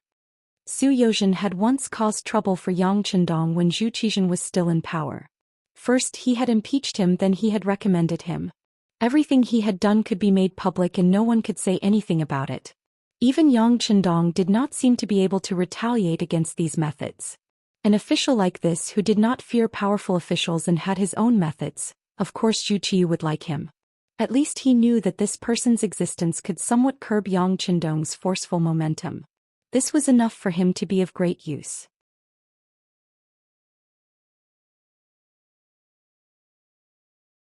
Chapter 275. Originally, she had only wanted to help Su Yozhen put in a few good words to strengthen her position in the emperor's heart. She had not expected to receive such a promise. Jin Ying was overjoyed. With this news, getting a few 100,000 taels of silver from Su Yozhen shouldn't be a problem. Delighted, Jin Ying respectfully replied, "This subject will pass on Your Majesty's words to Lord Su. I'm sure that he will shed tears of gratitude and will wholeheartedly work for Your Majesty in the future." Ah, good good. Zhu Qiu also laughed heartily. But in his heart he was somewhat looking forward to the next two things. He wanted to see what would happen when the two grandsons of the minister fought. He wanted to see what the Japanese would do. He also wanted to see what kind of wonderful performance Su Yozhen would have. The Wang residence. As the current Minister of Personnel, he was in charge of the promotion and evaluation of officials. Wang Zhi's residence had a majestic aura. But at this moment in his study, Minister Wang's expression was rather unsightly. This was especially so when an official came to report that his most favored grandson Wang Si was currently suffering from hunger and cold in a dungeon. He was so angry that his beard trembled. As the Minister of Personnel for many years, he had personally promoted countless officials. If one were to say that it wasn't because of one's personal preference, no one would believe it even if one were to say it. It was precisely because of this that in the past few years, very few people in the capital had been able to escape his eyes and ears. There would always be some officials who would reveal information to him in the name of repaying a debt of gratitude, and this included people from all sorts of departments. Just as his grandson had started fighting with Yu Shiyue's grandson, the news had arrived. Wang Zhi did not care at first when this matter came out. It was just a child's quarrel. They would each be given 50 strikes and sent back to their respective residences to manage. At the very least, if he were the one in charge, this would definitely be the case. After all, he was the Minister of Personnel, and Yu Shiyue was the Minister of Punishments. They were both officials of the court and would see each other frequently. It was impossible for them to fall out over the matter of a child. But reality did not develop as he had expected. From the reports of the officials, Yu Yuanbi had gone to the hospital in the name of recuperating and was very comfortable. His grandson was locked up in a cold and damp dungeon. How could Wang Zhi not be angered by such an obvious way of dealing with the situation? However, due to his identity, it wasn't convenient for Wang Zhi to interfere. He could only watch the performance of the officials from the Ministry of Justice from afar. Fortunately, Yang Qindong soon made a move which made Minister Wang feel relieved. Wang Si didn't acknowledge the wrong teacher. Although this gentleman's actual age was younger than his grandson's, it was still true that the one who reached the top was the teacher. He had thought that since Yang Qindong had made a move, his grandson would be fine. However, the result was not like this. On the contrary, this loyal duke of the great Ming dynasty took a different approach and sent a complaint to the Ministry of Justice, Li Wenxiao, who had distorted the facts. At first, Wang Zhi was puzzled by this outcome. However, after thinking about it carefully, he couldn't help but clap his hands in praise. This loyal duke was clearly going to use a ruthless method to cure Wang Si. Yes, with Yang Qindong's identity, he could naturally ask the Ministry of Justice for Wang Si. He could simply bail Wang Si out of the dungeon. However, if he did this, he would be at a disadvantage. Others would say that this was the result of suppressing people with power and couldn't truly convince the public. On the other hand, if he didn't mention Wang Si's matter and let him suffer a little, he would target the official in charge, Li Wenxiao. In this way, if he really overthrew Li Wenxiao, who would dare to deal with people in matters related to the loyal duke out of selfishness in the future? It was just letting his grandson suffer for a day or two more, but it would fundamentally prevent such things from happening. No matter how he looked at it, it was worth it. Even if Wang Si was his favorite grandson, Wang Zhi still supported Yang Qindong's decision. Perhaps this was the difference in the structure. As the minister of a ministry, he didn't look at the small profits in front of him, but the long term. I just don't know if the Loyalty Duke's paper can overturn Li Wenxiao's case. No, I have to lend a helping hand. I also have to let others know that those who dare to bully my grandson Wang Zhi should be prepared to be dealt with. Wang Zhi muttered to himself. Then he called out to the outside, "Men." In the Ministry of Justice's court. Although Li Wenxiao was still wearing his official robes, his face was pale. Even though the weather outside wasn't hot at all and it was a bit cold in the morning and evening, beads of sweat flowed down from his forehead, splattering on the ground. Li Wenxiao, there are people suing you for corruption, accepting bribes and creating many unjust, false and wrong cases. You have to give an explanation. Su Yozhen sat high up in the court. As she spoke, she casually threw the paper in front of Li Wenxiao. From the moment he was brought to this torture court, Li Wenxiao had a bad feeling. Especially when he found out that Assistant Minister Su had personally gone to Minister Yu Shiyue's residence and still made such a decision. He knew that he had been abandoned, and that the matter would be difficult to resolve. The paper had been personally sent by the loyalty duke who was at the peak of his power. The lawsuit had also been approved by his superior Minister of Justice Zhou Xian. The person in charge of his trial was the second-in-command of the Ministry of Justice, Left Assistant Minister Zhou Xian. With such a weighty list before him, if he still held on to any hope, wouldn't he be deceiving himself and others? Wasn't this enough to wake him up and frighten him? When the paper floated in front of him and he looked at the details written on it, his sweat dripped down even faster. He had done many of these things very secretly. He didn't know why they were still dug up. However, after reading the complaint, he felt much more at ease. There was no other reason other than the fact that the things recorded on the paper were all recent, and the amount of corruption wasn't that huge. From the looks of it, it wasn't enough to smash him to death with a hammer. At most, he would be dismissed from his position. If things went well, he might even be able to keep his position as an official and rise again in the future. It was precisely because he saw these papers that Li Wenxiao was not as afraid as before. When he raised his head to look at the presiding judge, Zhou Xian, he actually had an honest expression as he said, "Lord Su, this official has indeed done some foolish things. After the incident, I deeply regret it. Please take into account this official's honest answers and cooperation and forgive me." So you've admitted to it? Originally, Zhou Xian had been waiting to see Li Wenxiao cry out that he had been wronged. Then he would show his swift and decisive side and let everyone see how the newly appointed left assistant minister dealt with the case and how ruthless his methods were. Of course, all of this was based on his trust in Yang Qindong. He knew that since this person had taken out these papers in front of everyone, he had to have enough evidence. But he never thought that Li Wenxiao would not only admit to everything, but also have such a positive attitude. This made him feel like he had punched cotton. A police officer's achievement was to find the culprit through clues. A judge's achievement was to use enough evidence to make the defendant admit to his crimes. However, if all the prisoners were to confess before he could do anything, then there would be no sense of accomplishment. At this moment, Zhou Xian felt this way. He had already seen the papers. If Li Wenxiao denied everything, then he could produce enough evidence to prove that he was right. He could also add a heavy punishment based on the other party's uncooperative behavior. On the other hand, if the other party admitted to everything and had a good attitude, then based on this, it would be much more difficult to do anything to him. If Yu Shirue sincerely protected him, then it was possible that he would be able to keep his position as an official. At this moment, Zhou Xian was a little disappointed. He even had a trace of doubt about Yang Qindong's ability. If the dignified Duke of Loyalty wanted to deal with someone, he shouldn't only produce this little bit of evidence. If that was the case, then it would be difficult for him. But he didn't think about it. Yang Qindong's security bureau had only been established for a short period of time, and there were so many officials to keep an eye on. A fifth-rank official in the Ministry of Justice was not the most important thing. To be able to find out about this, he had already put in a lot of effort. It was not impossible to find out about the past, but to do it in a short period of time would be very difficult. But he still did it, which was somewhat thought-provoking. Could it be that he was sure that there would be others who would do it? Li Wenxiao's cooperative behavior made it difficult for Zhou Xian, but on the surface he still nodded with praise. Very good, your attitude is very cooperative. This official will record all of this.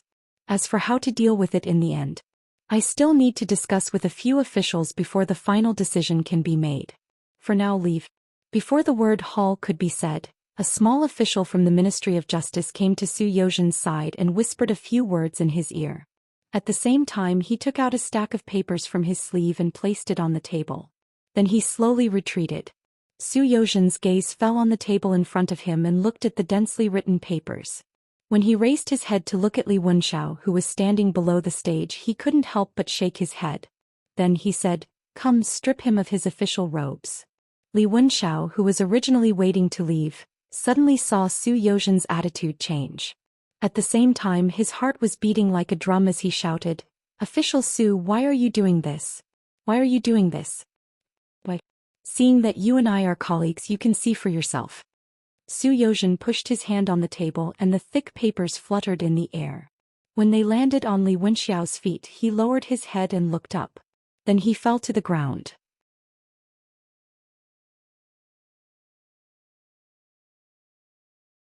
Chapter 276. The contents of these papers were exactly what he had done a few years ago when he had just become an official. Perhaps it was because he had just entered the court, but his courage was still relatively big. He really dared to accept any kind of money and dared to do anything. Among them, he was even involved in 2 murder cases. At that time, it was precisely because he had accepted these bribes that he was able to give the money to his superiors and get promoted. He originally thought that after so many years, everyone would definitely not remember these things, but now they were all dug up. If he dared to admit it, not to mention his official position, it would be extremely difficult to keep his life. No. These things were not done by me. It has nothing to do with me. Seeing that he might die if he admitted it, Li Wenxiao of course would not let go. Li Wenxiao's expression finally changed, which also made Su Youzhen interested. These were all sent by the Minister of Personnel Wang Zhi, so there was no need to doubt the authenticity of these documents. In the face of ironclad evidence, Li Wenxiao still dared to deny it. It was finally time for Su Youzhen to show his skills. What? You don't want to admit it? Well then we will interrogate you one by one. Come, prepare the torture equipment. Su Youzhen's angry voice resounded throughout the entire torture chamber. Although it was said that there was no need to torture a doctor, seeing that Li Wenxiao was about to die, Su Youzhen would not be polite. He was still waiting to use this case to gain a foothold in the Ministry of Justice.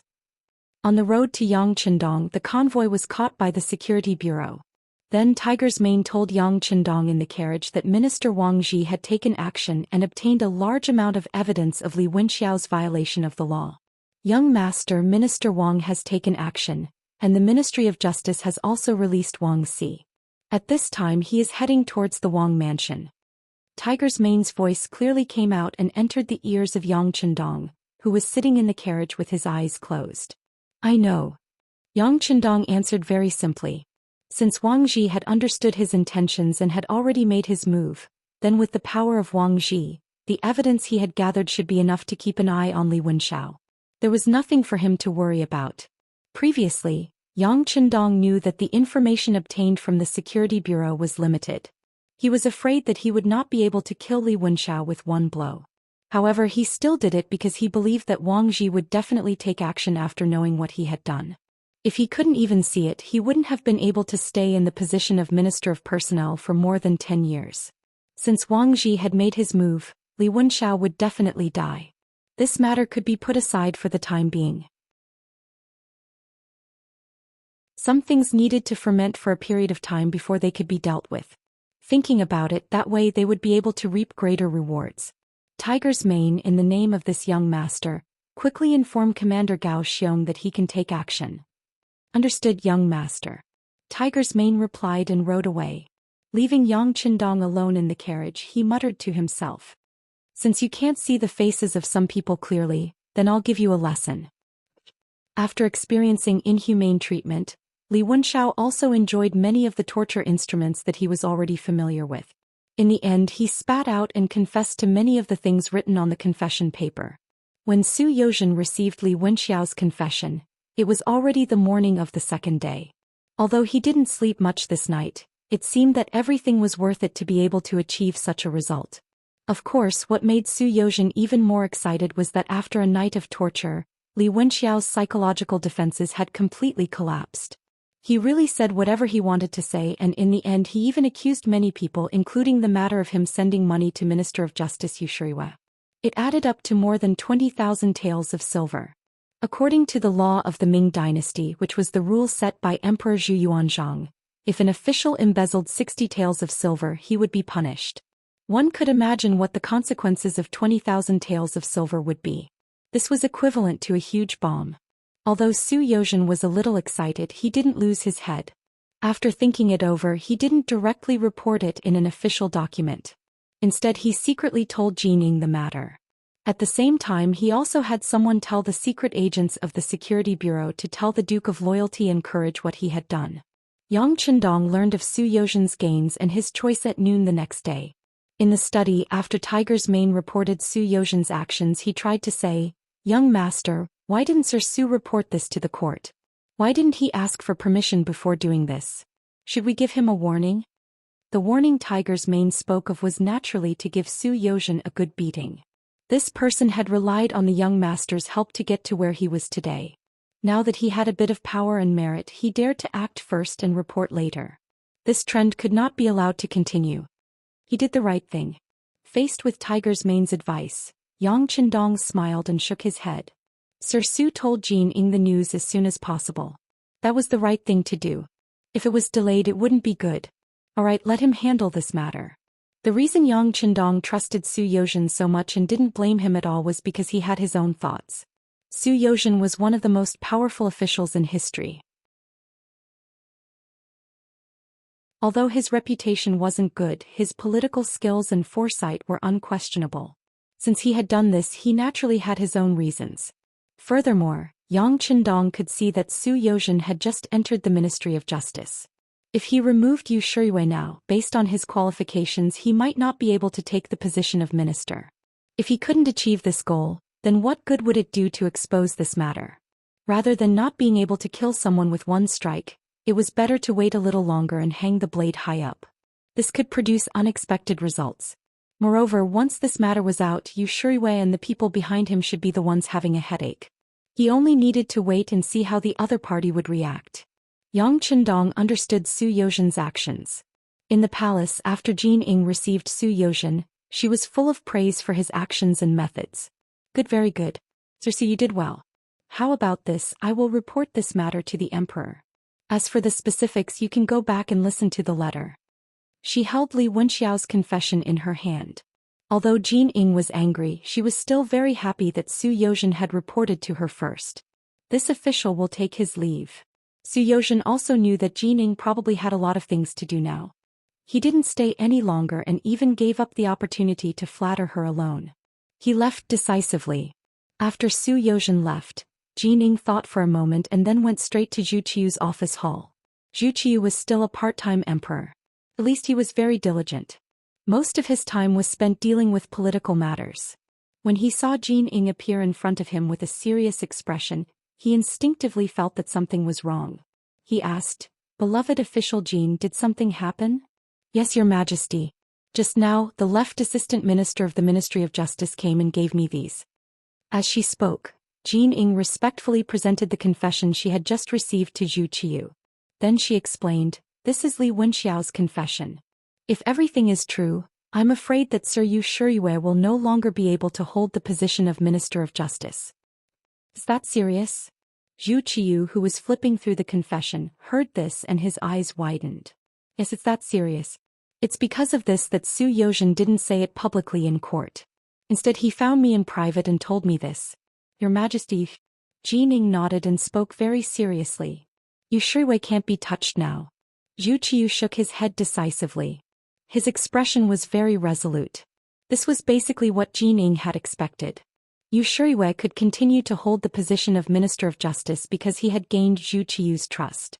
Although the current situation seemed to be much more stable, the external threat had not been completely eliminated. Before this, it was basically impossible to make the hearts of the people calm down. Thus, it was time to display the wisdom of the Daizong Emperor by choosing the type of officials and appointing the type of officials. Yu Shiyue was one of the officials who supported Zhu Qiu's camp. If such a person was to be taken down, one could imagine how the hearts of the others would waver. Not to mention, this was not long after Yang Qindong had a conflict with him. If he were to be taken down, it would only increase the prestige of the Duke of Loyalty. From then on, there would be very few people who would dare to go against Yang Qindong. If this were to happen, it would undoubtedly be a huge blow to the emperor's authority. Zhu Qiu, who was gathering imperial power and preparing to make a big show of it, would definitely not allow such a thing to happen. "Yes, you can't touch him." Jin Ying hurriedly repeated from the side. How long can Su Youzhen keep this matter under wraps? Although Zhu Qiu did not want to touch Yu Shiyue, he knew that since the matter had already happened and was being watched by two important officials, Yang Qindong and Wang Zhi, it was obviously impossible to pretend that nothing had happened. As the emperor, although he had many privileges, he still had to be fair. If he was too biased towards one side, not only would it not convince the public, it would also cause trouble. This it's hard to say. Unless something big happens, I'm afraid that many people are keeping an eye on this case. Jin Ying had a troubled expression on her face. He also knew that it was not the right time to touch Yushuriwe. However, whether it was Yang Qindong or Wang Ji who had provided evidence later, which one of them was easy to deal with? Jin Ying's answer allowed Zhu Qiyu to see a glimmer of hope. Very good, then come up with something else to attract everyone's attention. Didn't the Duke of Loyalty beat up the Japanese envoys yesterday? Because of this, there were even censors who wrote impeachment memorials, but I suppressed them all. Now contact more censors and have them impeach the Duke of Loyalty and divert everyone's attention. Also privately inform Yushuriwe. He will know how to suppress this matter.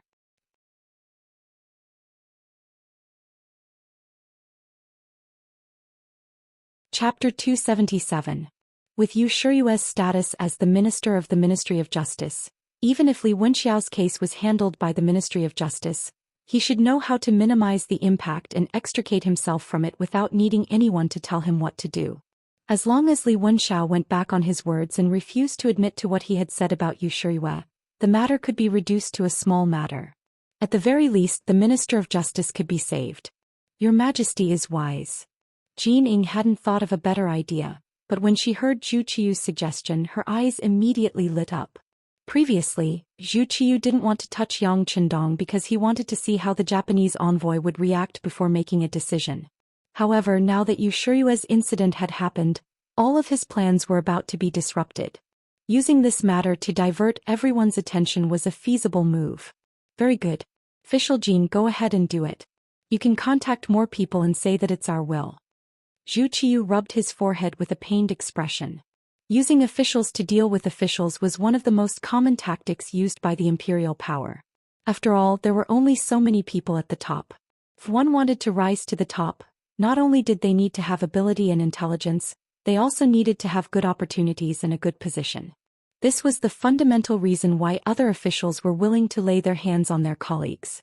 Only when others fell would you have a chance to rise to the top, right? However, Zhu Qiyu didn't know that it was too early to use the imperial censor to touch Yang Qindong. On the contrary, it was equivalent to doing him a great favor. After obtaining Zhu Qiyu's permission, Jin Ying left excitedly. She quickly found the Minister of Revenue Jin Lian, the Minister of War Yi Ming, the Minister of Works Shi Pu, and the Marquis of Wuqing Shi Heng. After they learned of the Emperor's intentions, they each used their own power to have the officials who listened to them write impeachment memorials. The busiest of them all was the imperial censor of the right, Qin Yi. With the position of imperial censor of the left vacant, Qin Yi naturally became the head of the imperial censor. He managed the specific matters of the imperial censor's memorials. That very afternoon, more than 70% of the imperial censors submitted memorials to the throne. They were all talking about the same thing. The Duke of Loyalty and Courage had destroyed the Japanese diplomatic mission's encampment, tore down the courtyard door and whipped the envoy. The imperial censors unanimously agreed that the great Ming dynasty was a great country and should have an incomparably broad mind and magnanimity. Using force to suppress the envoys of other countries like this was really unacceptable. It was a loss of face for the great Ming dynasty and should be severely punished. With so many imperial censors participating at the same time, the news quickly spread to the ears of all the ministers. In the Hu estate as Yang Qindong's father-in-law, Hu Zhongning immediately went to his father's study when he heard the news. There he met with the Minister of Rights Hu Shao. Hu Shao naturally knew what his son meant by rashly barging in. You're already so old yet you're still so rash. Don't you know what it means to act when something big happens? Yes, father. I was wrong, but with so many people impeaching Qindong, I'm really worried that something bad will happen. Hu Zhongning first admitted his mistake, then expressed his worries in one breath. He was both satisfied and apprehensive that his daughter had married Yang Qindong. He was satisfied because there were no outstanding young talents like Yang Qindong. It was indeed a great blessing for his daughter to be able to marry him. However, at the same time, it was precisely because Yang Qindong was too young and his contributions were too great that this father-in-law had always been worried about him. It was said that the tallest tree in the forest would be destroyed by the wind.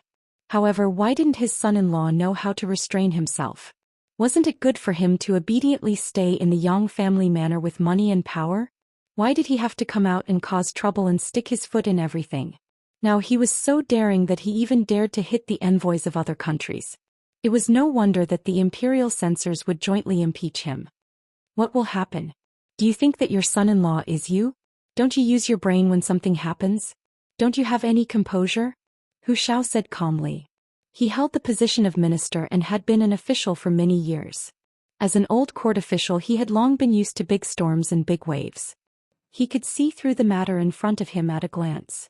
Why didn't anyone say anything about what happened yesterday during the morning assembly? Why did it take an entire day for there to be any movement? If someone said that there was no problem at all, he wouldn't believe it even if he was beaten to death. Thinking about it, there was also news that Su Youxin's interrogation of Li Wenxiao had yielded results. Hu Xiao figured everything out. This was clearly a diversion method and the target could only be Yang Qindong. Since it was a diversion method, there was no clear target. If that was the case, what was there to worry about? It was nothing more than when the matter blew up, Yang Qindong would stand out and apologize and the matter would be settled. Of course, it wasn't that there wasn't any worry. That was whether this grandson-in-law Yang Qindong would be able to lower his noble head when he was young and successful? That was what he was worried about. That's enough. This time Qindong was only implicated. If you're worried, go to the Yang village and tell him that it was me who said that he should lower his head when he should. It's not a big deal and he won't lose a piece of meat.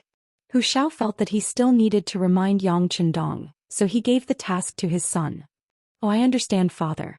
Although Hu Zhongning didn't understand what was going on, he didn't say much. But since he had said so, it shouldn't be a big deal.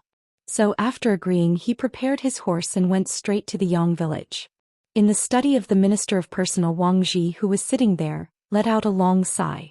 With his connections, he already knew that Li Wenxiao had admitted to everything and even exposed Shangguan Yushiriwa. Following that, he heard that the imperial censors had jointly impeached Yang Qindong. Regarding this, he made a difficult choice. This matter was clearly caused by his grandson Wang Si. Logically speaking, he should be on Yang Qindong's side. Faced with the imperial censors' impeachment, he only needed to expose Li Wenxiao's matter during the morning court session tomorrow. He believed that everyone's attention would quickly be diverted. That way the Duke of Loyalty should be fine. However, he would have to face the Emperor's dissatisfaction, and even Yushiriwa's faction would target him. If he angered the Emperor, he would be walking on thin ice when doing things in the future. If he wasn't careful, he would be consigned to eternal damnation. On the other hand, if he didn't do anything for his own position, Yang Qindong would be in a lot of trouble. At the very least, he had to publicly apologize. Afterwards, he would have to face the punishment of the acting emperor. As for how far he would go, he couldn't guess. One was doing nothing for his own sake, while the other was putting himself in danger for the sake of returning a favor. At this moment, Wang Zhi really didn't know what to do. The world was bustling with activity for profit, and the world was bustling with activity for profit. Wang Zhi had been an official for many years. Naturally, he understood the principle of putting himself out of harm's way.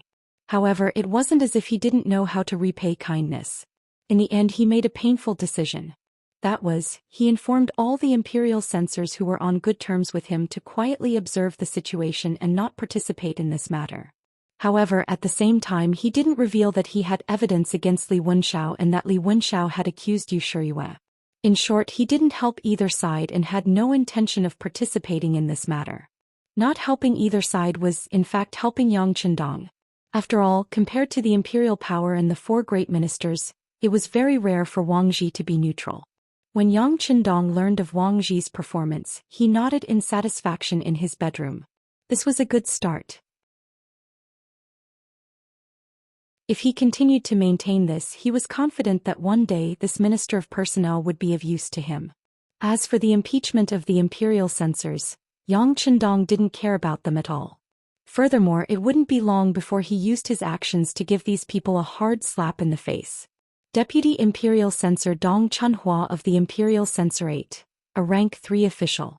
Seeing that there was no Imperial Censor of the left in the Imperial Censorate, his desire to rise was very strong. Furthermore, he had enough qualifications. All he lacked now was an opportunity. He took out a lot of his belongings to exchange for banknotes from the Yang family bank and gave them to eunuch Jining. He who had paved the way was just waiting for an opportunity. And now the opportunity had appeared. Such a large-scale impeachment of a duke was incited by the emperor. The 4 great ministers and the military's governor Shiheng were also involved. If he performed well, he would be able to rise to a higher position in the future. Coincidentally, the imperial censor of the right, Chen Yi, didn't seem to be very enthusiastic about this matter. Dong Chunhua, who saw the opportunity, took the initiative to stand up and integrate the memorials with the imperial censors.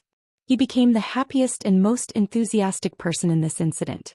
During the morning court session the next day, a group of more than 30 imperial censors, led by Dong Chunhua, stood up at the same time in the imperial palace's conference hall. They said that the Duke of Loyalty and Courage Yang Chendong was extremely daring. He beat up the Japanese envoy and destroyed the Great Ming's image. Dozens of people said similar crimes one after another. It really felt like everyone was kicking a man who was down. The intensity of their words and sharpness of their words made it seem like Yang Chendong was the biggest scourge. If he wasn't eliminated, the entire Great Ming would feel uneasy. Zhu Xian, the head of defense, sat high on the throne. His expression seemed calm, but he was very happy in his heart.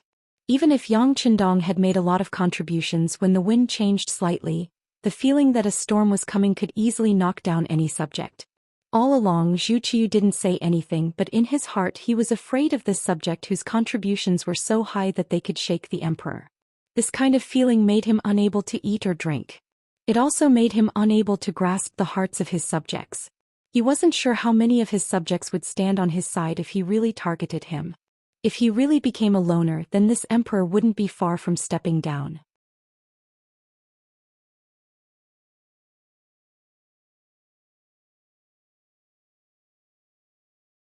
Chapter 278. But today it seemed that the result was much better than he had imagined. There were actually so many officials who opposed Yang Chendong. Looking at it this way, once the time was right, eliminating this person should not cause too much opposition and instability in the court. Under Zhu Qiu's gaze, with a hint of encouragement, the imperial censors of the imperial censorate tried their best to perform. In particular, the left deputy imperial censor Dong Chunhua did his best to perform. From his words, the Duke of Loyalty seemed to have become a malignant tumor and the embodiment of evil. If this person was not punished, the entire Great Ming dynasty would not be able to see the light and hope. Not only did the memorial belittle Yang Chendong, but it also emphasized the friendly relationship between the Ming dynasty and Japan. Any officials who played a bad role in the diplomatic relations between the two countries should be punished severely. In order to express the goodwill of the Great Ming dynasty, the former Japanese envoy Aoki Yuki should be released from prison. Dong Chunhua's proposal quickly received the support of more officials. It must be said that Kimura Yoshida had spent a lot of money during this period of time, and most of the people who stood up to speak were people who had received benefits before. Naturally, this time they would do their best to perform. The situation in the court was one-sided, and the Duke of Loyalty Yang Chendong was described as a piece of rat shit. It seemed that because of his appearance, the Great Ming dynasty had been humiliated. At this moment, most people seemed to have selectively forgotten that when Walla's army attacked the city, he was the one who stepped forward to repel the enemy. Hu Shao did not speak and Wang Ji did not speak. However, in such a violent situation, the silence of the same minister did not play much of a role. On the contrary, some people thought that they were afraid and wanted to protect themselves. Following that, the accusations became even more severe. Some people even suggested that the Duke of Loyalty should publicly apologize and be expelled from his fief. A public apology was equivalent to Yang Chendong admitting that he had done something wrong. As a result, the prestige and popularity that he had accumulated over many days would be greatly affected. It would even have a great impact on the reputation of Yang Chendong's bank. If this was really done, the efforts of more than a year would be completely ruined at this moment. From this, it could be seen how vicious the person who made this suggestion was. Expelling Yang Chendong back to the fief of Jianing Prefecture in Fujian was tantamount to kicking him out from the center of power. If this was really the case, it would be difficult for him to make a comeback. Perhaps in the future he could only be an idle guogong for the rest of his life. It would be difficult for him to meddle in the specific affairs and future direction of the Great Ming dynasty. The two suggestions were like two sharp swords, pointing straight at Yang Chendong's ribs. If all of them passed, the consequences could be imagined. Your Majesty, please reconsider. After all, the Duke of Loyalty had saved Ding Zong. If he were to leave now, it would be pushing him away and the consequences would be unimaginable. Upon hearing that his grandson-in-law was to leave the capital, the silent Hu Shao finally couldn't hold himself back any longer and stepped forward in shock. For the sake of his grandson-in-law, he had even brought up Zhou Xian's name in public. This in itself was somewhat disrespectful. But he was still an old official of several dynasties and an important official used by Yingzong, so it was reasonable for him to say such a thing. That's right. Your Majesty, please reconsider, Minister of Personnel Wang Ji seconded in his shock. If he admitted his wrongs today, he could use other matters tomorrow to regain his face. But once he left this place, it would be very difficult for him to make a comeback, and he truly might not be able to recover from this setback. When Zhu Qiyu heard the suggestions of his subordinates, he truly was somewhat tempted. If Yang Qindong really could leave the capital, he would have a chance to slowly turn the industries he had left behind into his own, and he might even be able to establish a business relationship with the mercenaries. He remembered that when Jin Ying had represented him to discuss business with the mercenary commander Leng Feng, the other party had said that as long as the Duke of Loyalty remained in the capital, his rights would not be transferred. But what if he was allowed to leave? Could it be that his chance had come? If he could replace Yang Qindong, then whether it was in business or military, he would be able to rise to a higher level. How could he not be tempted? However, as soon as Hu Shao and Wang Ji stepped forward, this desire was immediately extinguished. It was for no other reason than the fact that the Great Ming was no longer a Great Ming where power was concentrated in the hands of the emperor alone. Now there was the Southern Ming, and his imperial brother Zhu Qian was stationed in Nanjing.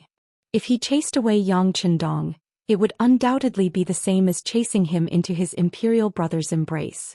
Once he obtained this person, who knew what heaven-shaking things his imperial brother would do. While his heart trembled, Zhu Qiyu didn't dare to let Yang Qindong leave without sufficient assurance. Thus he decisively made his decision. Enough. Although the Duke of Loyalty was wrong, he shouldn't have left. How about this, Minister Dong? Go to Yangjia village and have him publicly apologize to appease the anger of the Japanese envoy. Also, in order to show the sincerity of our Great Ming's relationship with our neighbors, the Japanese envoy Aoki Yuki, who made a serious mistake before, can also be released. However, we must remind him to restrain his actions in the future. This is the Great Ming and he can't kill indiscriminately. In the end, the emperor didn't have the intention to chase away Yang Qindong. He chose to take a step back. It was inevitable that some of the officials would be disappointed, but in any case, this time they could force Yang Qindong to publicly apologize. With this beginning, they could slowly make plans in the future. Breaking his fortress wouldn't be easy. Your Majesty is wise. All the officials seemed to have thought of this point and immediately praised Zhu Qiyu's wisdom. When the court was dismissed, the deputy imperial censor of the Ministry of Justice, Dong Chunhua, went straight to Yangjia village with great fanfare. Dong Chunhua's face was flushed red. At this time he was extremely excited. There were so many officials and even Shangguan Qinyi was in the imperial censorate. But in the end the matter was still handed over to him. Didn't this already show the emperor's trust in him and that he was about to be put in an important position? When he thought about how he could finally see the ladder to becoming a second-rank official and how he could bring glory to his ancestors, the corners of his mouth couldn't help but smile. Official Dong, please wait. Just as Dong Chunhua left the palace and was about to walk to the main street, a shout came from behind him. When he turned around, his face showed a flattered expression. So it's official E, official U, official Jin, and official Shi. Dong Chunhua couldn't help but show this kind of expression. Suddenly, four officials came together for him. How could this kind of scene not make people excited? In the field of government, the hierarchy had always been very strict. What kind of officials could walk together and what kind of officials could talk and laugh together, all of these were very particular. For example, a second-rank official absolutely wouldn't condescend to talk and laugh with someone whose rank was lower than his. That would only be degrading his status. But now, for second-rank officials, especially under the premise that the cabinet had already disappeared, the status of these four people could only be higher than before. How could Dong Chunhua, who was only a third-rank official, not be excited when they all appeared together? The four officials walked in front of Dong Chunhua. First, they looked at him with a gaze of praise. Their gazes clearly revealed the fact that it wouldn't be long before everyone was on equal footing. It was because they saw the effort this person had put in this matter and the reward he might receive that they condescended to come here. Of the 4 officials, the first to speak was the Minister of War Yi Ming. Perhaps because Yang Qindong's appearance had stolen too much of the Ministry of War's limelight, he was the one who hated the Duke of Loyalty to the bones the most. Official Dong, are you preparing to go to Yang village to announce the decree? Dong Chunhua bowed and said, Minister Yi's words are correct. Oh, but what does official Dong plan to do? Yi Ming asked with an expression that said he had already guessed it. Of course it's to announce the emperor's decree. Dong Chunhua had an expression that said, you know what I'm talking about. But after he finished speaking, he noticed that Yi Ming and the other 3 officials all had serious expressions. He suddenly thought of something. What? Do the 4 officials believe that the Duke of Loyalty would dare to defy the decree? As soon as he said this, he thought of Yang Qindong's young and promising performance as well as his past actions. His expression immediately became flustered. Others wouldn't dare to defy the decree, but this Duke of Loyalty who had made great contributions was not easy to deal with. That might not be the case. Yi Ming shook his head lightly. Although Yang Qindong was bold and reckless, in the end he was still an official of the great Ming dynasty. He might not really dare to do something as reprehensible as defying the decree. Of course, if he really dared to do so, he would be taking the initiative to give others a handle. As such, there were thousands of ways to deal with him. Seeing that Yi Ming had rejected the idea, Dong Chunhua's heart relaxed. At the same time, he couldn't help but ask, since he doesn't dare to defy the decree, what else is there to worry about? Is it worth the 4 officials to remind this official? We're here to remind you. I don't know if official Dong has thought about it, but since you want the Duke of Loyalty to admit his mistake, of course the bigger the commotion the better. However, the court assembly has just ended and presumably the news hasn't spread yet. If you ask him to admit his mistakes so early, wouldn't it benefit some people? The Minister of Revenue, Jin Lian, had a smile on his face as if he was very familiar with Dong Chunhua. Expand the influence.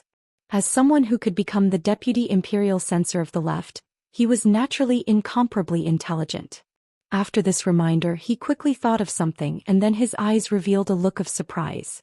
He only wanted to embarrass Yang Qindong, and it was a good opportunity to show off his strength. However, he forgot that even if the other party admitted his mistake, it was still possible to make a fuss about it. How was he going to admit his mistake? The degree of recognition and the kind of impact it would have could be manipulated artificially. Thinking of this, Dong Chunhua couldn't help but sigh at the experience of the 4 officials. His face also showed an expression of humility as he asked for advice. This official is slow-witted, please enlighten me. Seeing that Dong Chunhua understood everyone's intentions, Yi Ming and the other 3 laughed and then said, since official Dong has said so, if we don't give a suggestion, wouldn't it be unreasonable?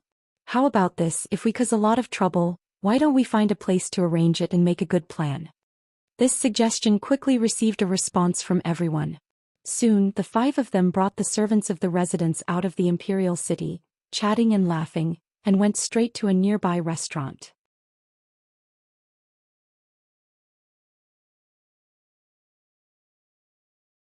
Chapter 279. Yang Family Academy. Yang Qindong had just taught everyone a physics lesson as a teacher. In this lesson, Yang Qindong vividly illustrated the importance of physics and explained some things that no one could understand before. He focused on the topic of gravity. This lesson could be said to have opened everyone's eyes.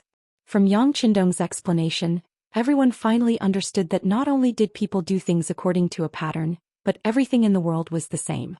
It was just that they were not good at discovering it before. Under the admiring gazes of dozens of students, Yang Qindong walked out of the classroom. Outside, Tiger's Mane had been waiting anxiously for a long time. First, Yang Qindong took the handkerchief and wiped off the chalk foam one by one. Then he asked calmly, "What's wrong? What's the conclusion of the imperial court? Or did the eunuch come to my Yang family manor?" From these words, it could be seen that Yang Qindong had predicted the development of the matter, and it was quite accurate. In response to the young master's question, the conclusion has been reached. More than 70% of the imperial censors participated in the impeachment of the young master. In the entire imperial court except for Minister Hu, Minister Wang and a few others, the rest of the people criticized the young master. In the end, the acting emperor ordered the young master to publicly apologize in order to obtain the forgiveness of the Japanese ambassador. Tiger's Mane carefully told Yang Qindong the news he had just received. After he finished, he looked nervously at the young master and prepared for him to be angry. To Tiger's Mane's disappointment, Yang Qindong did not seem to be very agitated. On the contrary, his expression was incomparably calm, as if he had already expected the result. After listening to Tiger's Mane's retelling of everything, he sighed. Is this the so-called tolerance? The tolerance that Yang Qindong spoke of was naturally not referring to the attitude of the Daizong emperor and the courtiers towards him. Although he hadn't done many things, which one of them wasn't earth-shattering.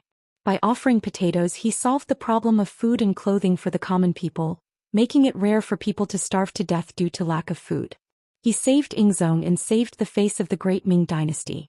He defended the capital, defeated the Walla, and maintained the stability of the capital and even the entire great Ming dynasty, giving it time to continue developing. But when all of this was over, what did he get in return? Jealousy, dissatisfaction, and resentment all emerged from his bones. How could this be the tolerance that should be given to a meritorious minister? To his own people he would step on them whenever he could. On the contrary, to outsiders he would show a tolerant and magnanimous side. The Japanese envoy, Kimura Yoshida, only said that if the relationship between the two countries deteriorated, Japan would invade the border by sea. Just this simple sentence without any actual action? Is the great Ming dynasty going to ask their great hero to admit his mistake? How chilling would this be? Don't they know that doing this will only hurt their loved ones and make their enemies happy? Don't they know that doing this will only make the common people lose confidence in the great Ming dynasty? Don't they know that the consequences of doing this will lead to a major event, and no one will dare to stand up and fight for the great Ming dynasty? Don't they know? At this moment Yang Qindong's heart was as uncomfortable as a river and a sea. He understood the history of the later generations and knew that when the Han people were strong, they were always willing to show their magnanimous side, but often when they were weak, it was time for them to pay a heavy price.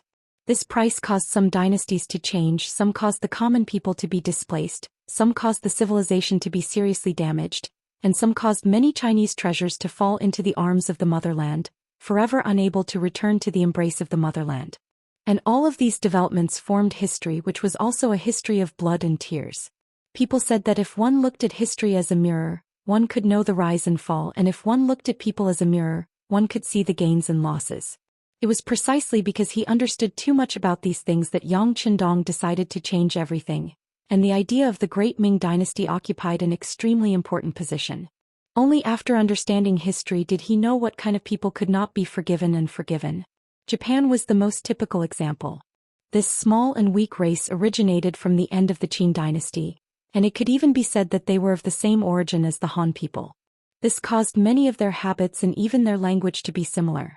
However, perhaps because of their geographical location, they felt a sense of urgency and nervousness from the moment they were born. It was this kind of pressure that allowed them to exert strength that was several times greater than their own. This was also a side branch of the Han people. Whenever the Han people were weak, they would send troops and take advantage of them before leaving. On the other hand, when the Han people were strong, they would wag their tails and beg for mercy, showing their weak and pitiful side. This method was repeated over and over again, and it worked every time. However, it was able to make the Han people tolerate it time and time again, causing them to be in a situation where it was too late to regret it. It was precisely because he understood too much that Yang Qindong had a different feeling. Facing a side branch of the Han people that could turn hostile and bite you at any time, the best way to deal with it was not to be magnanimous and tolerate it, nor was it to be magnanimous and change it. Instead, it was to replace it, assimilate it, and devour it. Only then would it be over. In other words, the so-called tolerance would not work on the Japanese. On the contrary, they should directly devour them and then change them from the bottom of their hearts, until they faced their own bloodline and origin, and let them know that they were also part of the Han people. Only then could it be considered a complete solution. Of course, anyone could have such thoughts, but more importantly, whether or not they could do it was the most important. However, Yang Qindong, who possessed the Okura, already had the ability to do so. With the advanced weapons in the Okura, in the world at that time, there was no country, race, or individual that could resist technology that was hundreds of years more advanced than theirs. Since the conditions in terms of hardware had been met, the next step was to create an opportunity and decisively make a move. Inform Commander Gao Xiong with the fastest speed possible, and quickly get into position and carry out the original plan. Yang Qindong, who had made a decision in his heart, decisively made a decision.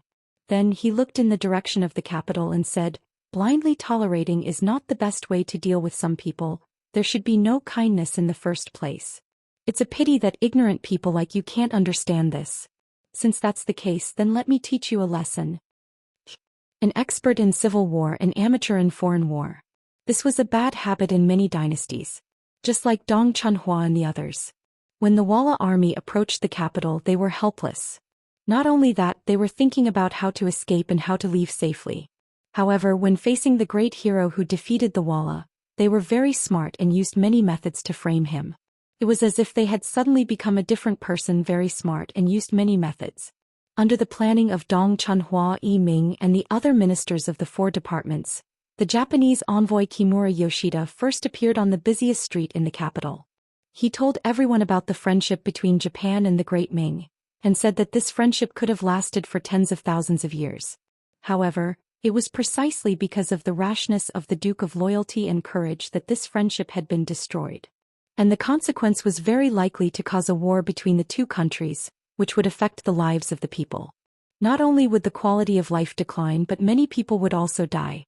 This was an important matter that concerned the ordinary people. At the same time, another saying spread through the streets and alleys of the capital. That was the young Dong Shuai, the young war god, the young Duke of Loyalty and Courage, had become arrogant. He did not care about the peaceful life of the people at all and advocated to send troops to Japan. This kind of disregard for the feelings of a friendly country and the life and death of the people was just to show his talent in leading troops to war. This kind of behavior that only cared about himself and did not care about others quickly attracted the disgust of many people who did not know the truth. Yang Qindong, who was originally very popular among the people, suffered a big blow in his image. At this time there were even business groups that added insult to injury. They suddenly increased the price of their goods, but to outsiders, it was all because of Yang Qindong's proposal to pay the taxes. The taxes were heavy, and for their own interests, the merchants could only raise the price of their goods.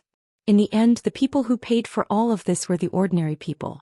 All kinds of things sprung up like bamboo shoots after rain, causing the hearts of some people who originally supported Yang Qindong to be greatly shaken. Some people who did not know the truth and did not know the truth directly removed the longevity tablets of the Duke of Loyalty and Courage from their homes. Some people even burned the tablets to vent their hatred. These were the ordinary people. In the era when information was not developed, they were easily swayed by all kinds of false information and public opinion. Perhaps it was the kindness in their bones that made it easier for them to be deceived by others. It was precisely because they had kindness in their hearts that they thought others would be as kind as they were, that they would not think of others as evil, and that made it easier for others to take advantage of them. The public opinion changed greatly. The direct result was that fewer people went to the Yang clan's bank to deposit money, and more people went to withdraw money. Fewer people went to the Immortal abode to eat. It had originally been difficult to find a single seat, but now it was completely deserted. Fewer people went to the Heavens Beyond Trading Company to pick up their goods. There were a few merchants who wanted to take advantage of this situation to make a fortune, but they were often attacked not long after picking up their goods. The direct result was that their goods were stolen and they suffered heavy losses. Once these things were reported to the authorities, they would not be known and no one would bother to ask about them. The Security Bureau recorded everything that happened every day and sent it to Yang Qindong. In the study, the amount of information written on paper increased with each passing day, piling up high. It was worrisome.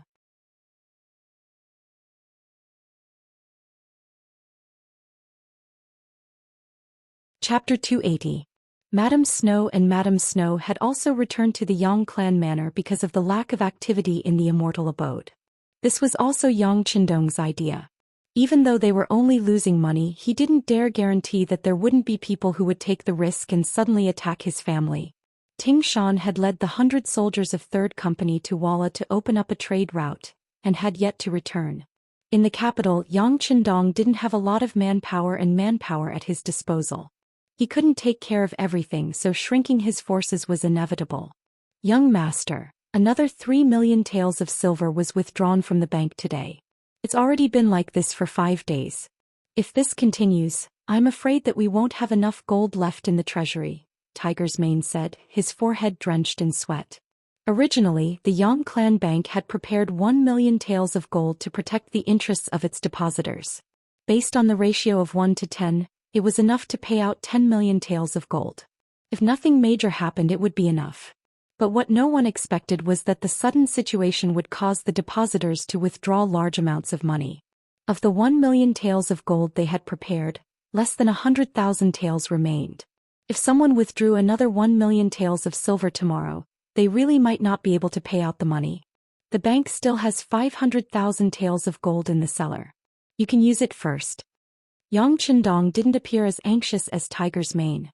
He was still as calm as ever, giving off the feeling that everything was within his expectations. Yes, Tiger's Mane nodded, but then he said timidly, but, enough, there's no need to say anything more. I know what you mean, but you can relax. The crisis will be resolved in a few days. As the head of the family, Yang Qindong had a lot of data in his mind. For example, during this period of time, the Yang family's bank had deposited a total of 30 million taels of silver, of which he had loaned out nearly 10 million taels of silver to those merchants who were trustworthy. Of the remaining 20 million taels, 9 million had already been withdrawn. However, it had only been 5 days. If the situation continued to develop, if 30 million customers came to withdraw their money, the Yang family bank would face a crisis of bankruptcy. It was precisely because Tiger's Mane knew about this that he wanted to see if he could urge the merchants to repay their loans as soon as possible. In this way, with 10 million yuan as capital, plus the 5 million yuan in the Yang family manor, it should be enough to deal with the crisis of people withdrawing their money. Speaking of which, Tiger's Mane wasn't wrong.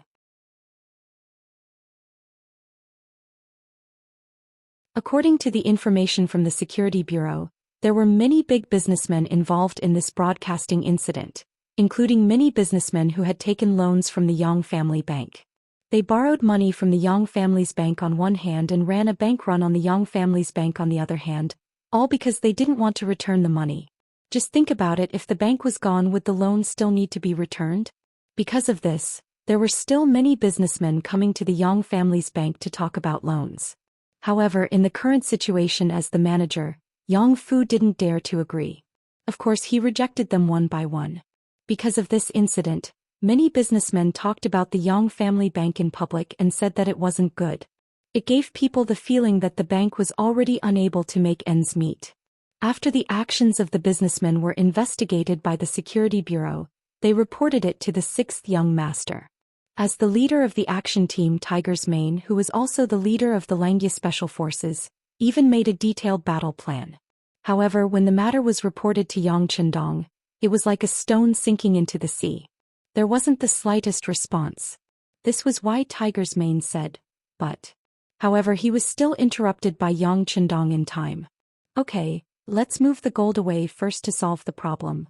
Tiger's Mane had followed Yang Qindong for many years and knew the temper of the young master. Once a decision was made, there was no room for discussion. He cupped his fist and left the study room. After Tiger's Mane left, Yang Qindong's gaze fell on a map hanging on the wall. It was the map of the Ming dynasty's maritime border, and the Tianjin Guard was highlighted with a red pen.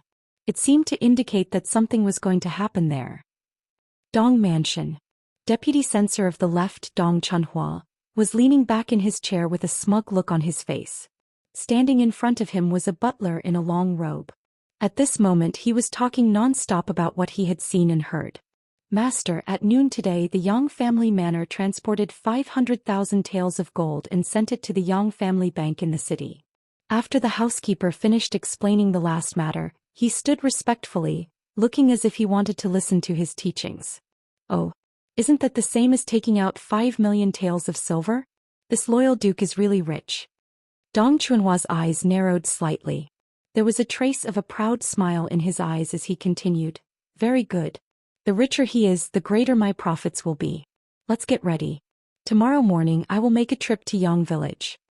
The 5 days of preparation made Yang Qindong lose a lot of reputation and wealth.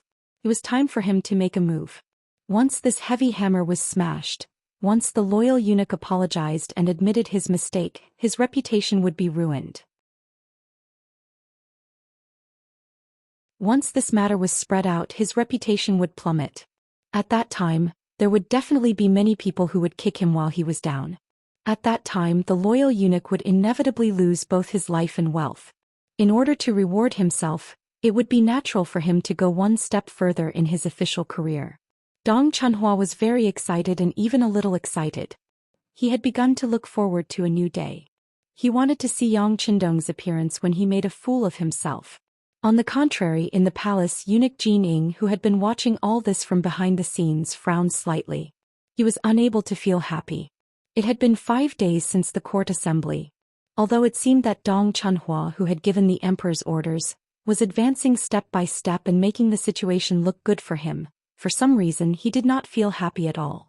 Why isn't he fighting back? What is he waiting for? Jin Ying muttered to himself in his room. After dealing with Yang Qindong several times, he had already experienced the power of his opponent. He did not believe that it would be so easy to defeat the youngest duke. If that was the case, the emperor would not be so afraid. He would not be a mere incompetent official without taking any action. No, he must have a backup plan. At least until now, that mysterious power has not appeared. Pouring a mouthful of tea into his mouth, Jin Ying's expression became even more uneasy. He would not forget that Yang Qindong had reminded all the eunuchs not to call themselves eunuchs. In the end, that night 14 eunuchs had been threatened to varying degrees. It was also after that incident that Jin Ying no longer dared to underestimate Yang Qindong. "Eunuch, what did you say? Are you going to attack?" In the corner of the room stood the commander of the brocade guards, Lu Gui. Because Jin Ying's voice had been too soft, he had not heard it clearly. However, he knew that Jin Ying had spoken and thought that it was an order. "No. Don't attack first. Wait and see. Also, you must restrain your subordinates. Without my orders, they must not attack as they please." Jin Ying shook his head. His intuition told him that Yang Qindong would not simply wait for death. Sometimes not doing anything did not mean that he would not do anything. On the contrary, when someone like this retaliated, it would be a thunderous blow. Jin Ying did not want to be the one struck by lightning. Yang family manor. It was already late at night. A guest suddenly appeared before the eyes of the hidden sentries.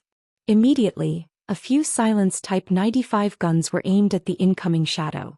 When the shadow came closer and closer and was already within 60 meters of the sentries, a voice suddenly rang out from the darkness.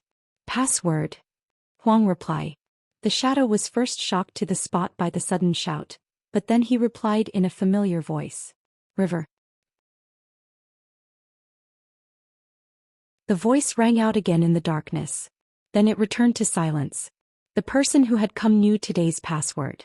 He must be a spy from the security bureau. Immediately, the person was let into the outskirts of the Yang family manor. Then Yang Si, who was in charge of the night watch, received him. Not long after, Yang Si's figure appeared in the inner manor. After a while, the light in Yang Qindong's study was lit. When Yang Qindong put on a coat and entered the study, Yang Si knelt on the ground and said, "Young master, the security bureau has just sent news. The people they sent have already received Commander Ting Shan's group. They have already completed their first trade with the Vala Empire.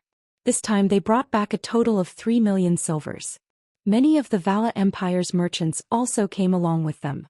They also brought a lot of money with them, wanting to buy our goods from beyond heavens. Now their group is only a day away from the capital. If there are no accidents, they will enter the city tomorrow afternoon when the city gates close." So fast. Hearing this news, Yang Qindong's face was very excited. According to the previous estimate, Ting Shan and Bai Peng's group would need at least half a month to return. After all, the transportation at that time was not very developed. In addition, Great Ming and Walla were enemies. There were even some areas that did not have roads and needed to be reopened. Now that they had returned so quickly, it could be seen that Ting Shan and the others had put in a lot of effort. Of course, the reason why they returned so quickly was because Ting Shan was worried about the safety of the 6th young master. But no matter what, They had returned with a large amount of gold and silver and many customers.